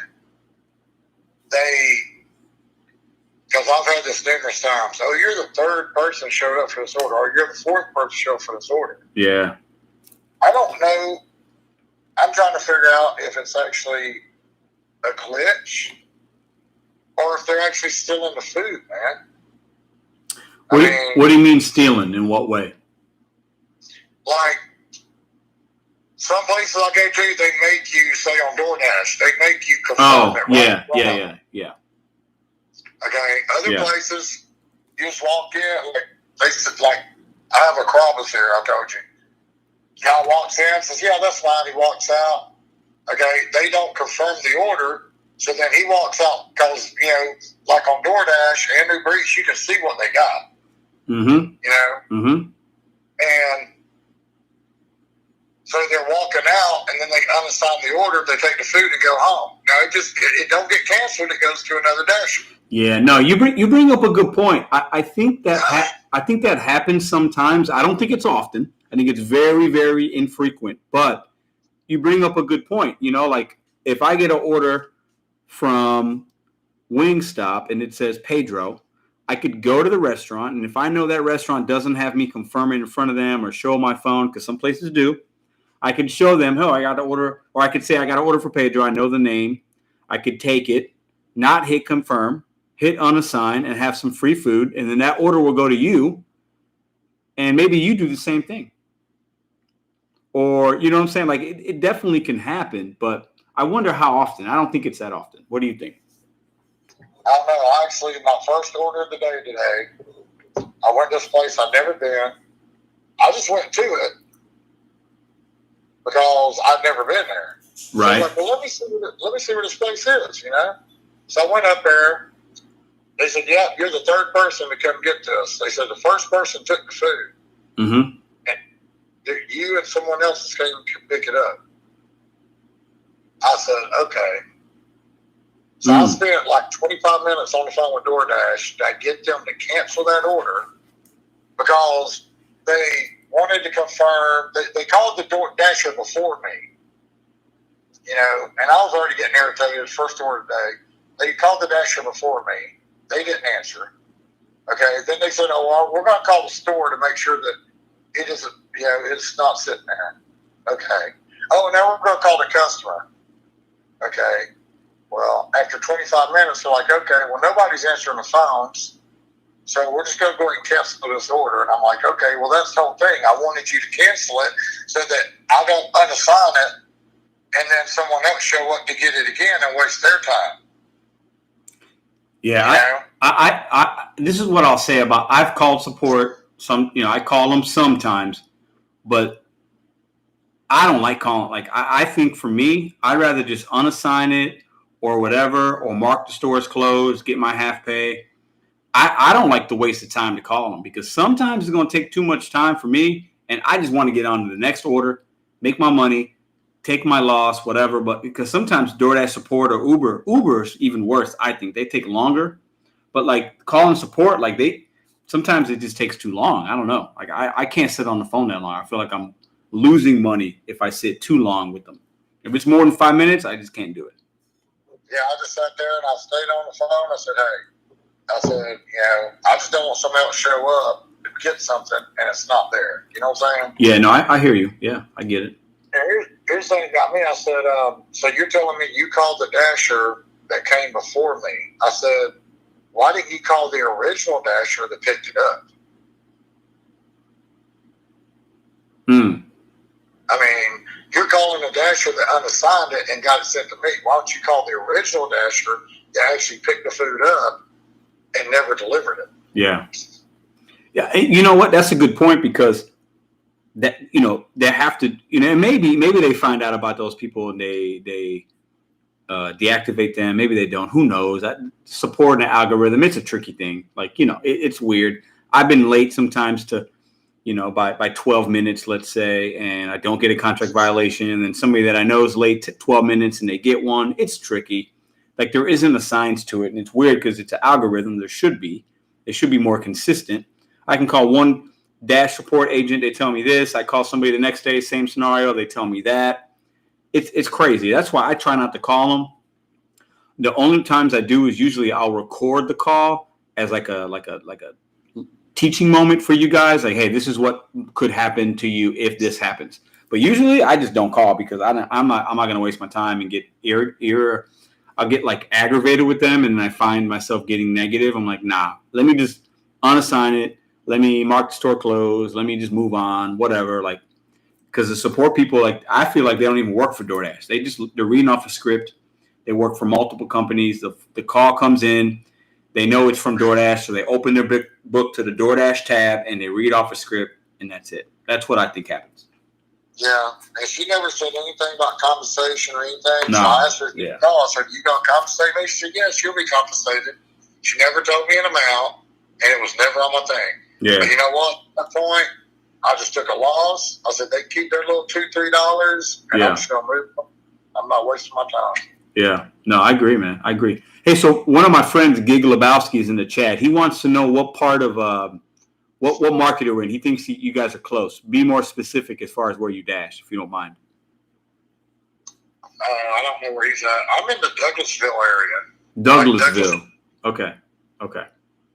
I think you might be close to somebody else that's in here. I think he was just wondering, you know. But I think Gig Lebowski's like Alabama or something. I don't know. I thought he was in Alabama, but yeah, maybe he's close to you. I don't know.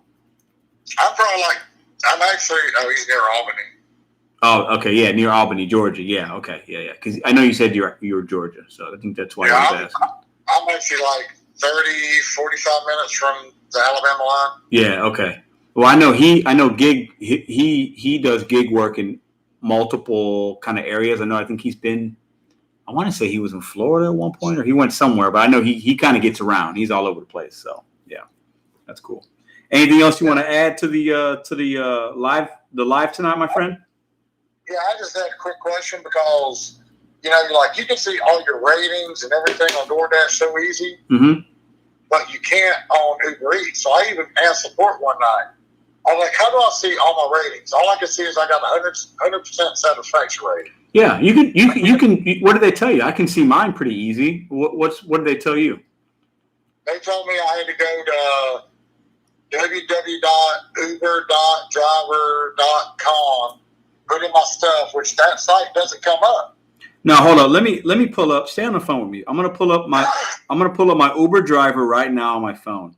So when I click on my Uber driver, if I tap on the hamburger icon top left, my little face icon pops up. I click on the face icon, so it says Pedro, and it says my rating 4.96. I click on my face, and then what pops up is my face again, and it tells me rides and deliveries.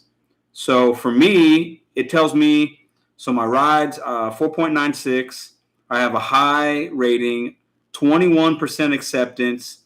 I have a 7% completion. I think that's what that means.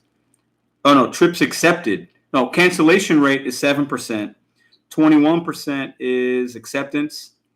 And then if I click on the deliveries tab, it tells me I've done 425 deliveries, 1,036 rides, and I'm at 98% satisfaction rate. So I can see that really easily on my app. I'm not sure why yours would be different. I don't know.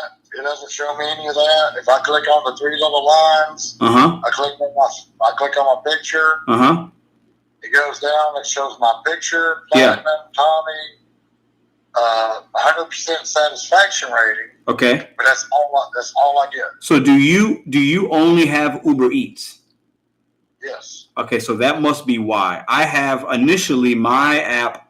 I did rideshare at first, and then I added the Uber Eats option. So that's probably why what we're looking at is a little bit different. Because when I click on my face, I have the rides option and the deliveries, and I can kind of toggle between both. So yeah, I don't know why. Well, I guess I could say I know why yours looks different because I have the rideshare. So maybe that's why they give me more information. Would be my guess, but that's silly that you can't find it. You should be able to know that information every day, I would think. Yeah, because all I can see is 100% satisfaction rating. I don't see no acceptance rating. I don't see no other ratings. Well, you know what? I don't think, from what I understand, I don't know if Uber even cares about that stuff. Like, I'm at my cancellation rate. So I guess my completion rate would be 93% if I'm at 7% cancellation. And I'm at 21. So my acceptance rate right now is 21, but I don't know if they care about that. I'm not sure if there's a deactivation policy with those numbers. I don't think Uber really cares. Maybe that's why they don't show you that, because it's not a big deal. Yeah, I just didn't want to wake up one day and I say, "Oh, you dropped below this." Yeah, no, no, I hear you. You bring up a valid point, but I don't think that they value that the way DoorDash does, and they don't track it as much. So maybe that's a good thing. I don't know. All right, buddy. I just want to keep up the good work. I watch all your stuff. I watch Paid to Drive and all his vlogs. Appreciate you. Hey, man, Tommy, I appreciate you calling in. I know you did a couple weeks ago. Have a good rest of your Sunday, and I'll talk to you next week, hopefully, man. Thank you. Yes, sir. Thank you. All right, man. All right, I think we'll take a few more calls. Listen, you guys know I ain't got no shame. Hit the thumbs up. We got to get 100 thumbs up on every live stream. That's what I ask humbly. We're at 80. So if you're in here and you like what's going on, how about we just give a thumbs up for the owl? At least do that. You ain't got to like me. But how do you not like the owl? Enough said. Let's take this call. You are live with Pedro DoorDash Santiago. Who do we have on the line tonight? Hi, Pedro. This is Bill. I'm sorry, say it again.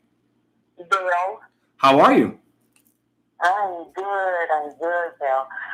I'm tired, though, because, you know what, I took your advice about multi-acting, and I don't know if you remember, I was telling you I do gig with my grandchildren. Yes, we talked a couple weeks ago. I do remember. Yes. How's it going?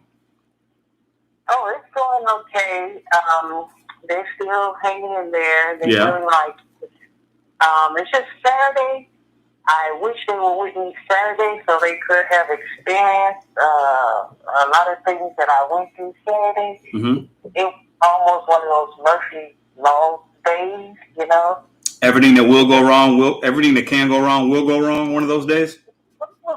Yes. Yeah. Because I started off at 6:30 in the morning. I did a Instacart order. Mm-hmm. It went fine in the store, but when I got to the customer house and I had to go, well, she called it a driveway. It looks like something her husband probably carved out with a heavy machinery because it was just all mud. Mm-hmm. And it was so I had to go in the driveway. So as soon as I pulled up, there was these two big, huge dogs that was slobbering at the mouth, full of bugs and everything. Oh, wow. Surrounding, growling, you know. So I had to call the customer, tell her to come get her dog. She said those wasn't her dogs. So she shooed them away. And just as I got out the car, they come running and charging back at us, growling. So I had to actually stay in my house for about 30 minutes before I can get back into my car. It was running still. My car was still running. Wow.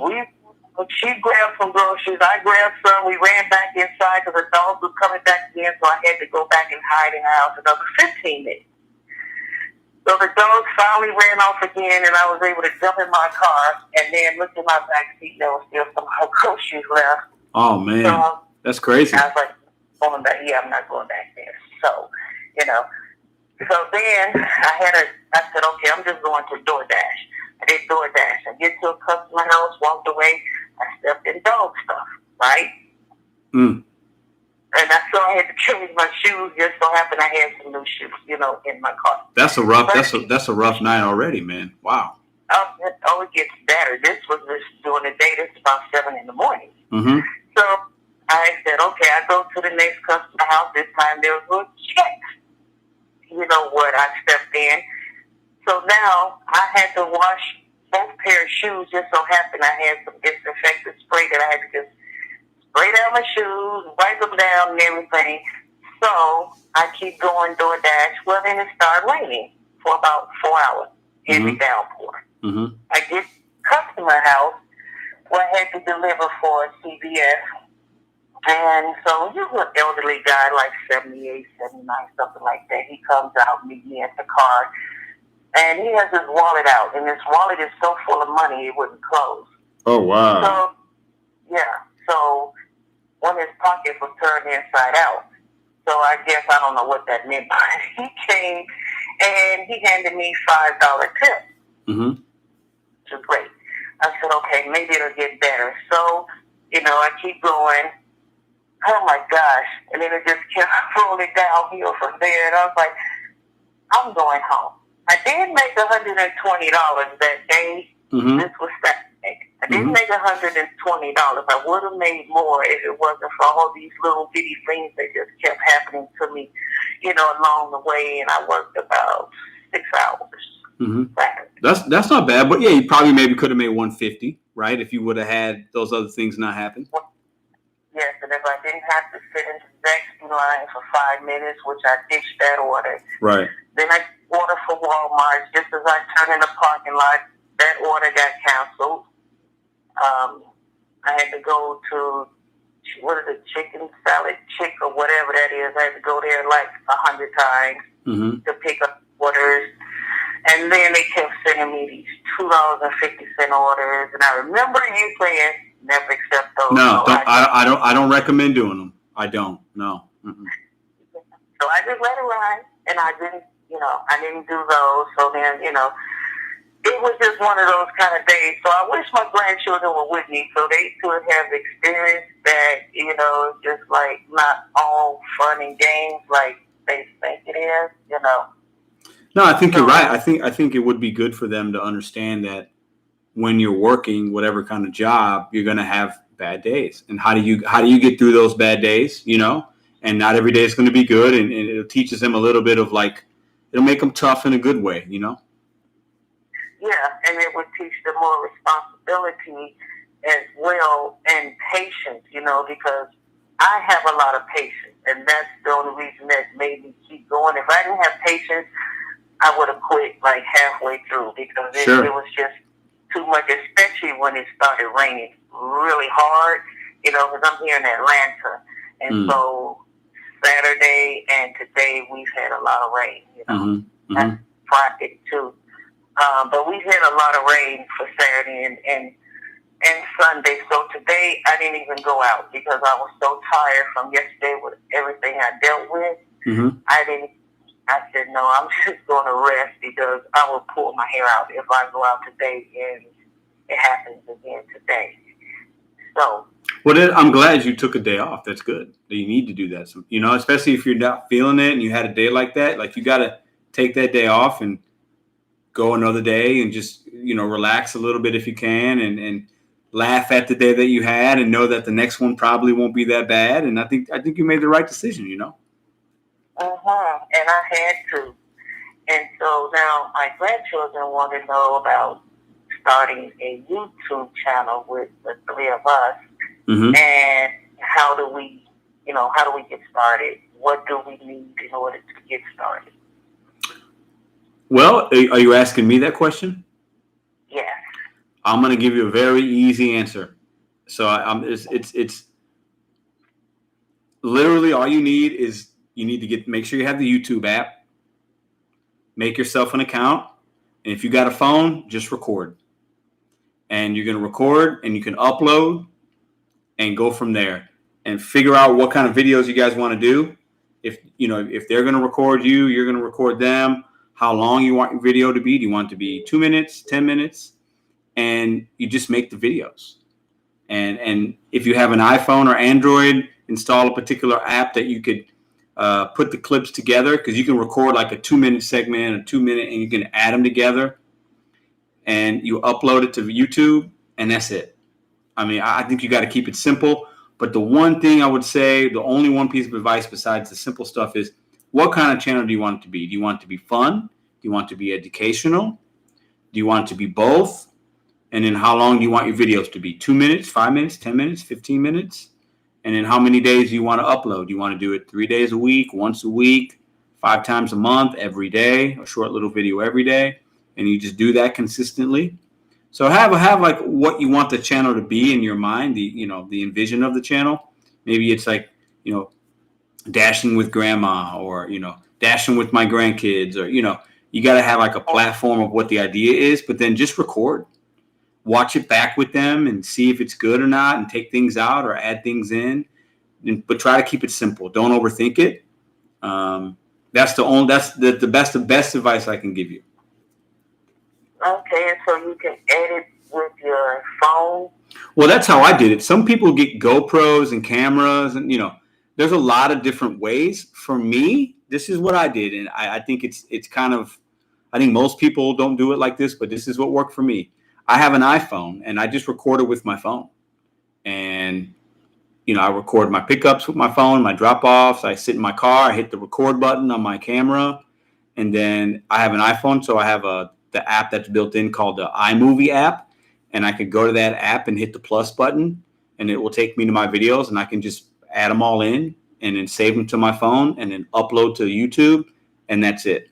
So the way I do it's actually very simple, and I've just started to learn how to edit a little bit and add certain things, but like you could record with your phone. You don't need to get a GoPro or buy any kind of camera. I would suggest, don't spend money. Just use the phone use the camera that you have already in your phone if it's a good one. Okay. That I can do. Yeah, and ask their opinion, like what kind of channel do you guys want to do? Like what are you thinking? And figure out how long you want the video to be too. That way you could record based on that time. You know, like if you want to do a 10-minute video 2 days a week, then maybe you want to record for 20 minutes of content, and then you can break that down to 10 minutes, and then you put it up that way. I would maybe try that at first. Well, okay, you know how when you was in school and there was always this one guy in your classroom who they called the class clown because they always was just cracking jokes. Mm-hmm. Oh, yeah. Well, see, my grandson is like that. Oh, okay. So it's like, I don't know how to balance the two because, you know, they have these two different personalities. She's like 16 and reserved, and he's like the class clown, and he's 14. And every time he opens his mouth, he just has you, you know, just in tears. Well, so maybe like, that could be the channel. It could be the difference of them together. It could make for something that's funny, right? And I think you got to just record and maybe watch it yourself before you upload it and decide what you think it could be. And don't even, who cares if people like it or not? Some people will. Put it out there and see. You might get a response, you might not get one, but what's the hurt in trying, you know? You're right. You're very right. Yeah. Okay. So if you guys do that, please let me know. I'd like to watch it. So keep us up to date, okay? Okay, I sure will. Have a good night. You too. Thank you. Thank you. Thank you. All right, guys, we're going to take one more call. So if this rings in the next couple of minutes, I'll take it. If not, we'll call it a night. I appreciate everybody that's called in so far. We've had some really good callers. Don't forget, we're starting a new week tomorrow. How was your last week? What'd you learn from it? You can carry on to the next week. Last call of night, coming in from New York. You are live with Pedro Dora Santiago. Who do we have on the live call tonight for our last call of the evening? Finally got through, Pedro. Hey, what's going on? How you doing, bud? Oh, very tired. Didn't meet my goals today. The end of the night slowed way down. DoorDash never came up. Instacart has, I don't know if you're reading the chat there, the problem with the bots or blind swipers. I've heard about the bots on Instacart. I've seen, but I don't know about them. I definitely have heard about it. Yeah, I think they only said it's a dollar amount, and I saw one order that was really bad, 19.8 miles going two different directions. So hope they had fun with that. Okay, I got a couple points. Tanner Markley there, he a video the other day, I guess some markets it's 90% completion rate now because he had a screenshot, it showed red and the guy was at 81% completion and got deactivated. And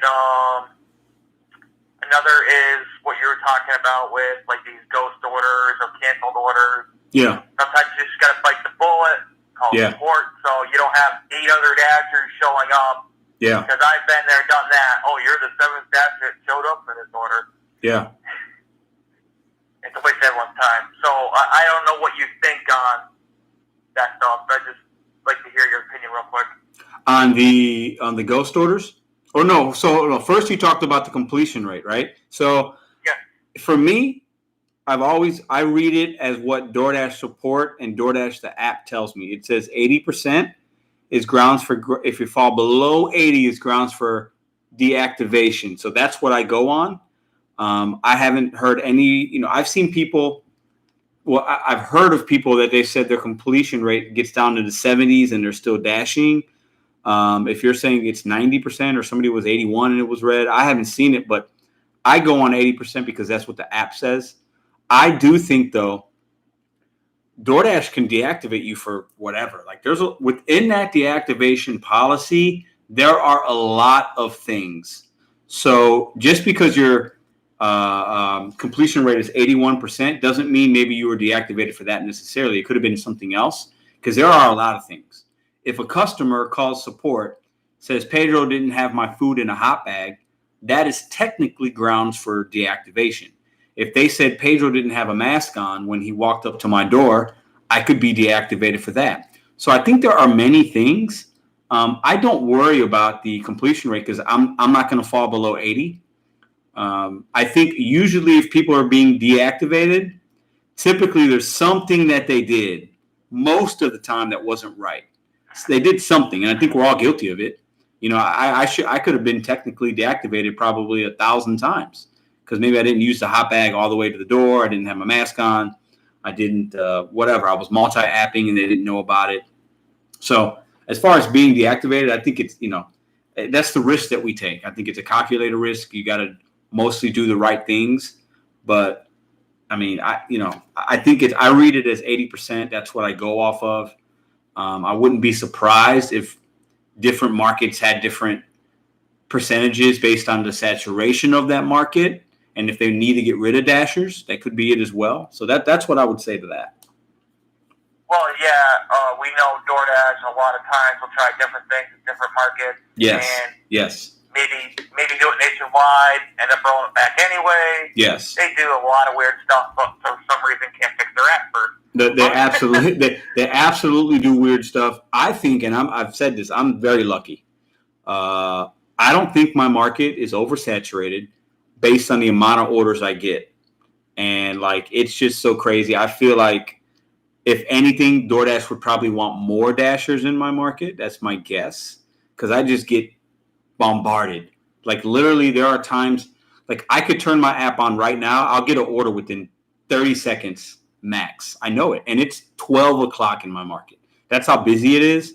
And I don't think there's a lot of dashers in St. Louis. I don't know why, but maybe it's people are lazy. They don't want to work. I don't know. But like, it's so busy that I just feel like, and maybe this is my like own weird way of thinking, but I feel like there's no way they're going to deactivate me because like they need me. Like, you know, like there's so many orders to be had, you know, like, and I could be wrong there. I probably am, but like, you know, I work off the 80%. I've got as low as 85. And even then I was like, ooh, that's getting a little low. But right now I think I'm at 96 or 97. So I feel good about that. Yeah, you never, ever, ever want to lose your trump card to get out of a sticky situation, you know? Absolutely, yeah, absolutely. You got one of those weird ghost orders, support's not answered, you unssign, move on. I just move on. I unssign, move on. I try not to cause attention to myself. Like I hit buttons when I can if I'm going to be late or if the food's not ready. But like I try to not call support unless I really, really need to. But anyways, as far as having other income sources, you know, I'm a crazy person and work all these crazy hours and work 3 W-2s and the 2 1099s. Yeah. And, you know, it's always good to have a backup plan to maybe keep that side hustle up a little bit for appearances. I mean, last summer I couldn't get side work to save my life, and it's like, oh, this summer it's like, you know, you guys always want me to do it when I'm busy and things are hopping and I'm making good money. Yeah. But you never get a hold of me on like slow days. You know, but you got to have your why too. You know, I love helping people, and despite my frustrations today with having very pressure-filled triple stacks, in the last one was the longest driving distance for probably 65 cents a mile that I got, you know, on, and it's worth it to help people. That it makes you feel good, and that's just my opinion. But as far as everyone else, just you got to have a reason. You can't just be out here with your head cut off, not knowing what you're doing. You got to have a hustle. You got to have a why, whether it be helping people, whether it be you're trying to save for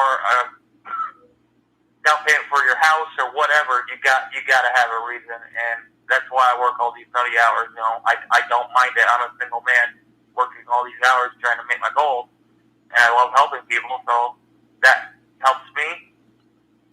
All I just got to say is, we're on a video the other day there. You know, you gotta, what did you say? Oh my. You gotta document. Like, oh yeah, yeah. You cannot take too many pictures. Yeah, take pictures. Something. App, yeah. You take your own picture. You take a picture after delivery's done. Yep. 3 different angles, showing the address, showing street view. You got to do it. It sucks. But if you don't, and it's that one handed to me customer, and maybe you took a questionable order because it's slow, that's when you get in trouble. Yeah, take pictures. If you feel something's not right, take a picture. I definitely recommend that because that's like literally it takes 5 seconds sometimes. 1 Mississippi, 2 Mississippi, 3 Mississippi, 4, like to take a picture. It's nothing, and it could really save you a lot of headache and time in the long run. So take pictures, use the timestamp app, whatever it is, send an email or contact support if something's really bad, but like, don't take everything for granted because there are some people out here that will take advantage of you if you aren't on your P's and Q's for sure. And that's another reason why not to take no-tip order, folks. I mean, it's not just that we're wasting time and money. It's that it can put our job, our gig work in danger. Yeah, I don't recommend doing the no tips. To each his own, but if you're asking me as somebody that does a lot of DoorDash right now, I don't recommend it. I've done some. Sometimes you get caught up, but like I stay away from them. Be patient. It's not worth taking a $4 order. It's better declining it, waiting 5 minutes for a $7 order than it is to do a $4 order. That's just my opinion. But I agree with you, bud. So yeah, appreciate you calling in. I appreciate you sharing your why. I think you bring up a very good point. And absolutely, man. Appreciate the support. I hope you have a good rest of your week or, the week coming up, but the good rest of your night. Bless you, Pedro. Thanks, man. That will be the last call of the night. But I want to end on this note, guys. So in the beginning, we didn't have this many people in the beginning. I want to challenge you guys on one thing. Stay with me for a couple minutes. If you have Netflix, and if you haven't watched this already, there's a show on Netflix called Black Mirror. Black Mirror. There's an episode in season 3. Episode 1, season 3, episode 1 is called Nosedive. It's about 30 minutes, I think, maybe 40 minutes. Watch it. It talks about like social media and how this is in a fictitious world where every interaction you have with people, they rate you. And if your rating is low, it's hard for you to do certain things in that society. If your rating's high, it's easier for you to do certain things. It's kind of relatable to some things currently, but I want you to watch it because we get so caught up, and I'm guilty of it too. Hey, how many likes did I get? How many people commented? How many people thumbs down? How many subscribers do I have? Hey, I put this Facebook post up. How many people looked at it? I got this Instagram photo. How many people liked it? How many people hearted it? All that stuff means nothing. I want to leave you guys with that. Go watch the episode. Let me know what you think in the comments. What really matters, and this is just my opinion. It's one guy's humble opinion, is how you treat the people around you and how you feel about yourself. It doesn't matter what people think about me. I don't care about people leaving comments and doing this and saying Pedro is too positive. That's me. If you don't like it, it's all good. Blessings to you. But at the end of the day, it's about the people that are around you that matter and their opinion of you, not the people that you don't know. And when you put something online, I know some of you guys pretty well because this is a pretty lively chat, but I don't really know you. And if I put something on Instagram, I don't know those people. If you put something on Facebook, you don't know those people. Most of them you don't.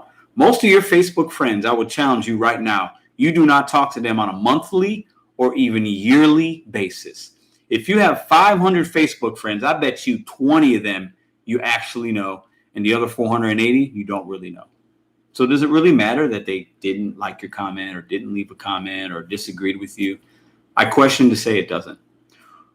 Netflix season 3, Black Mirror, episode 1, Nosedive. Go watch it tonight or maybe tomorrow or maybe next week. But it's actually pretty good. I like it. I want you guys to let me know in the comments what you think. You guys are fantastic. Bet on you, set goals one day at a time. See you guys next Sunday.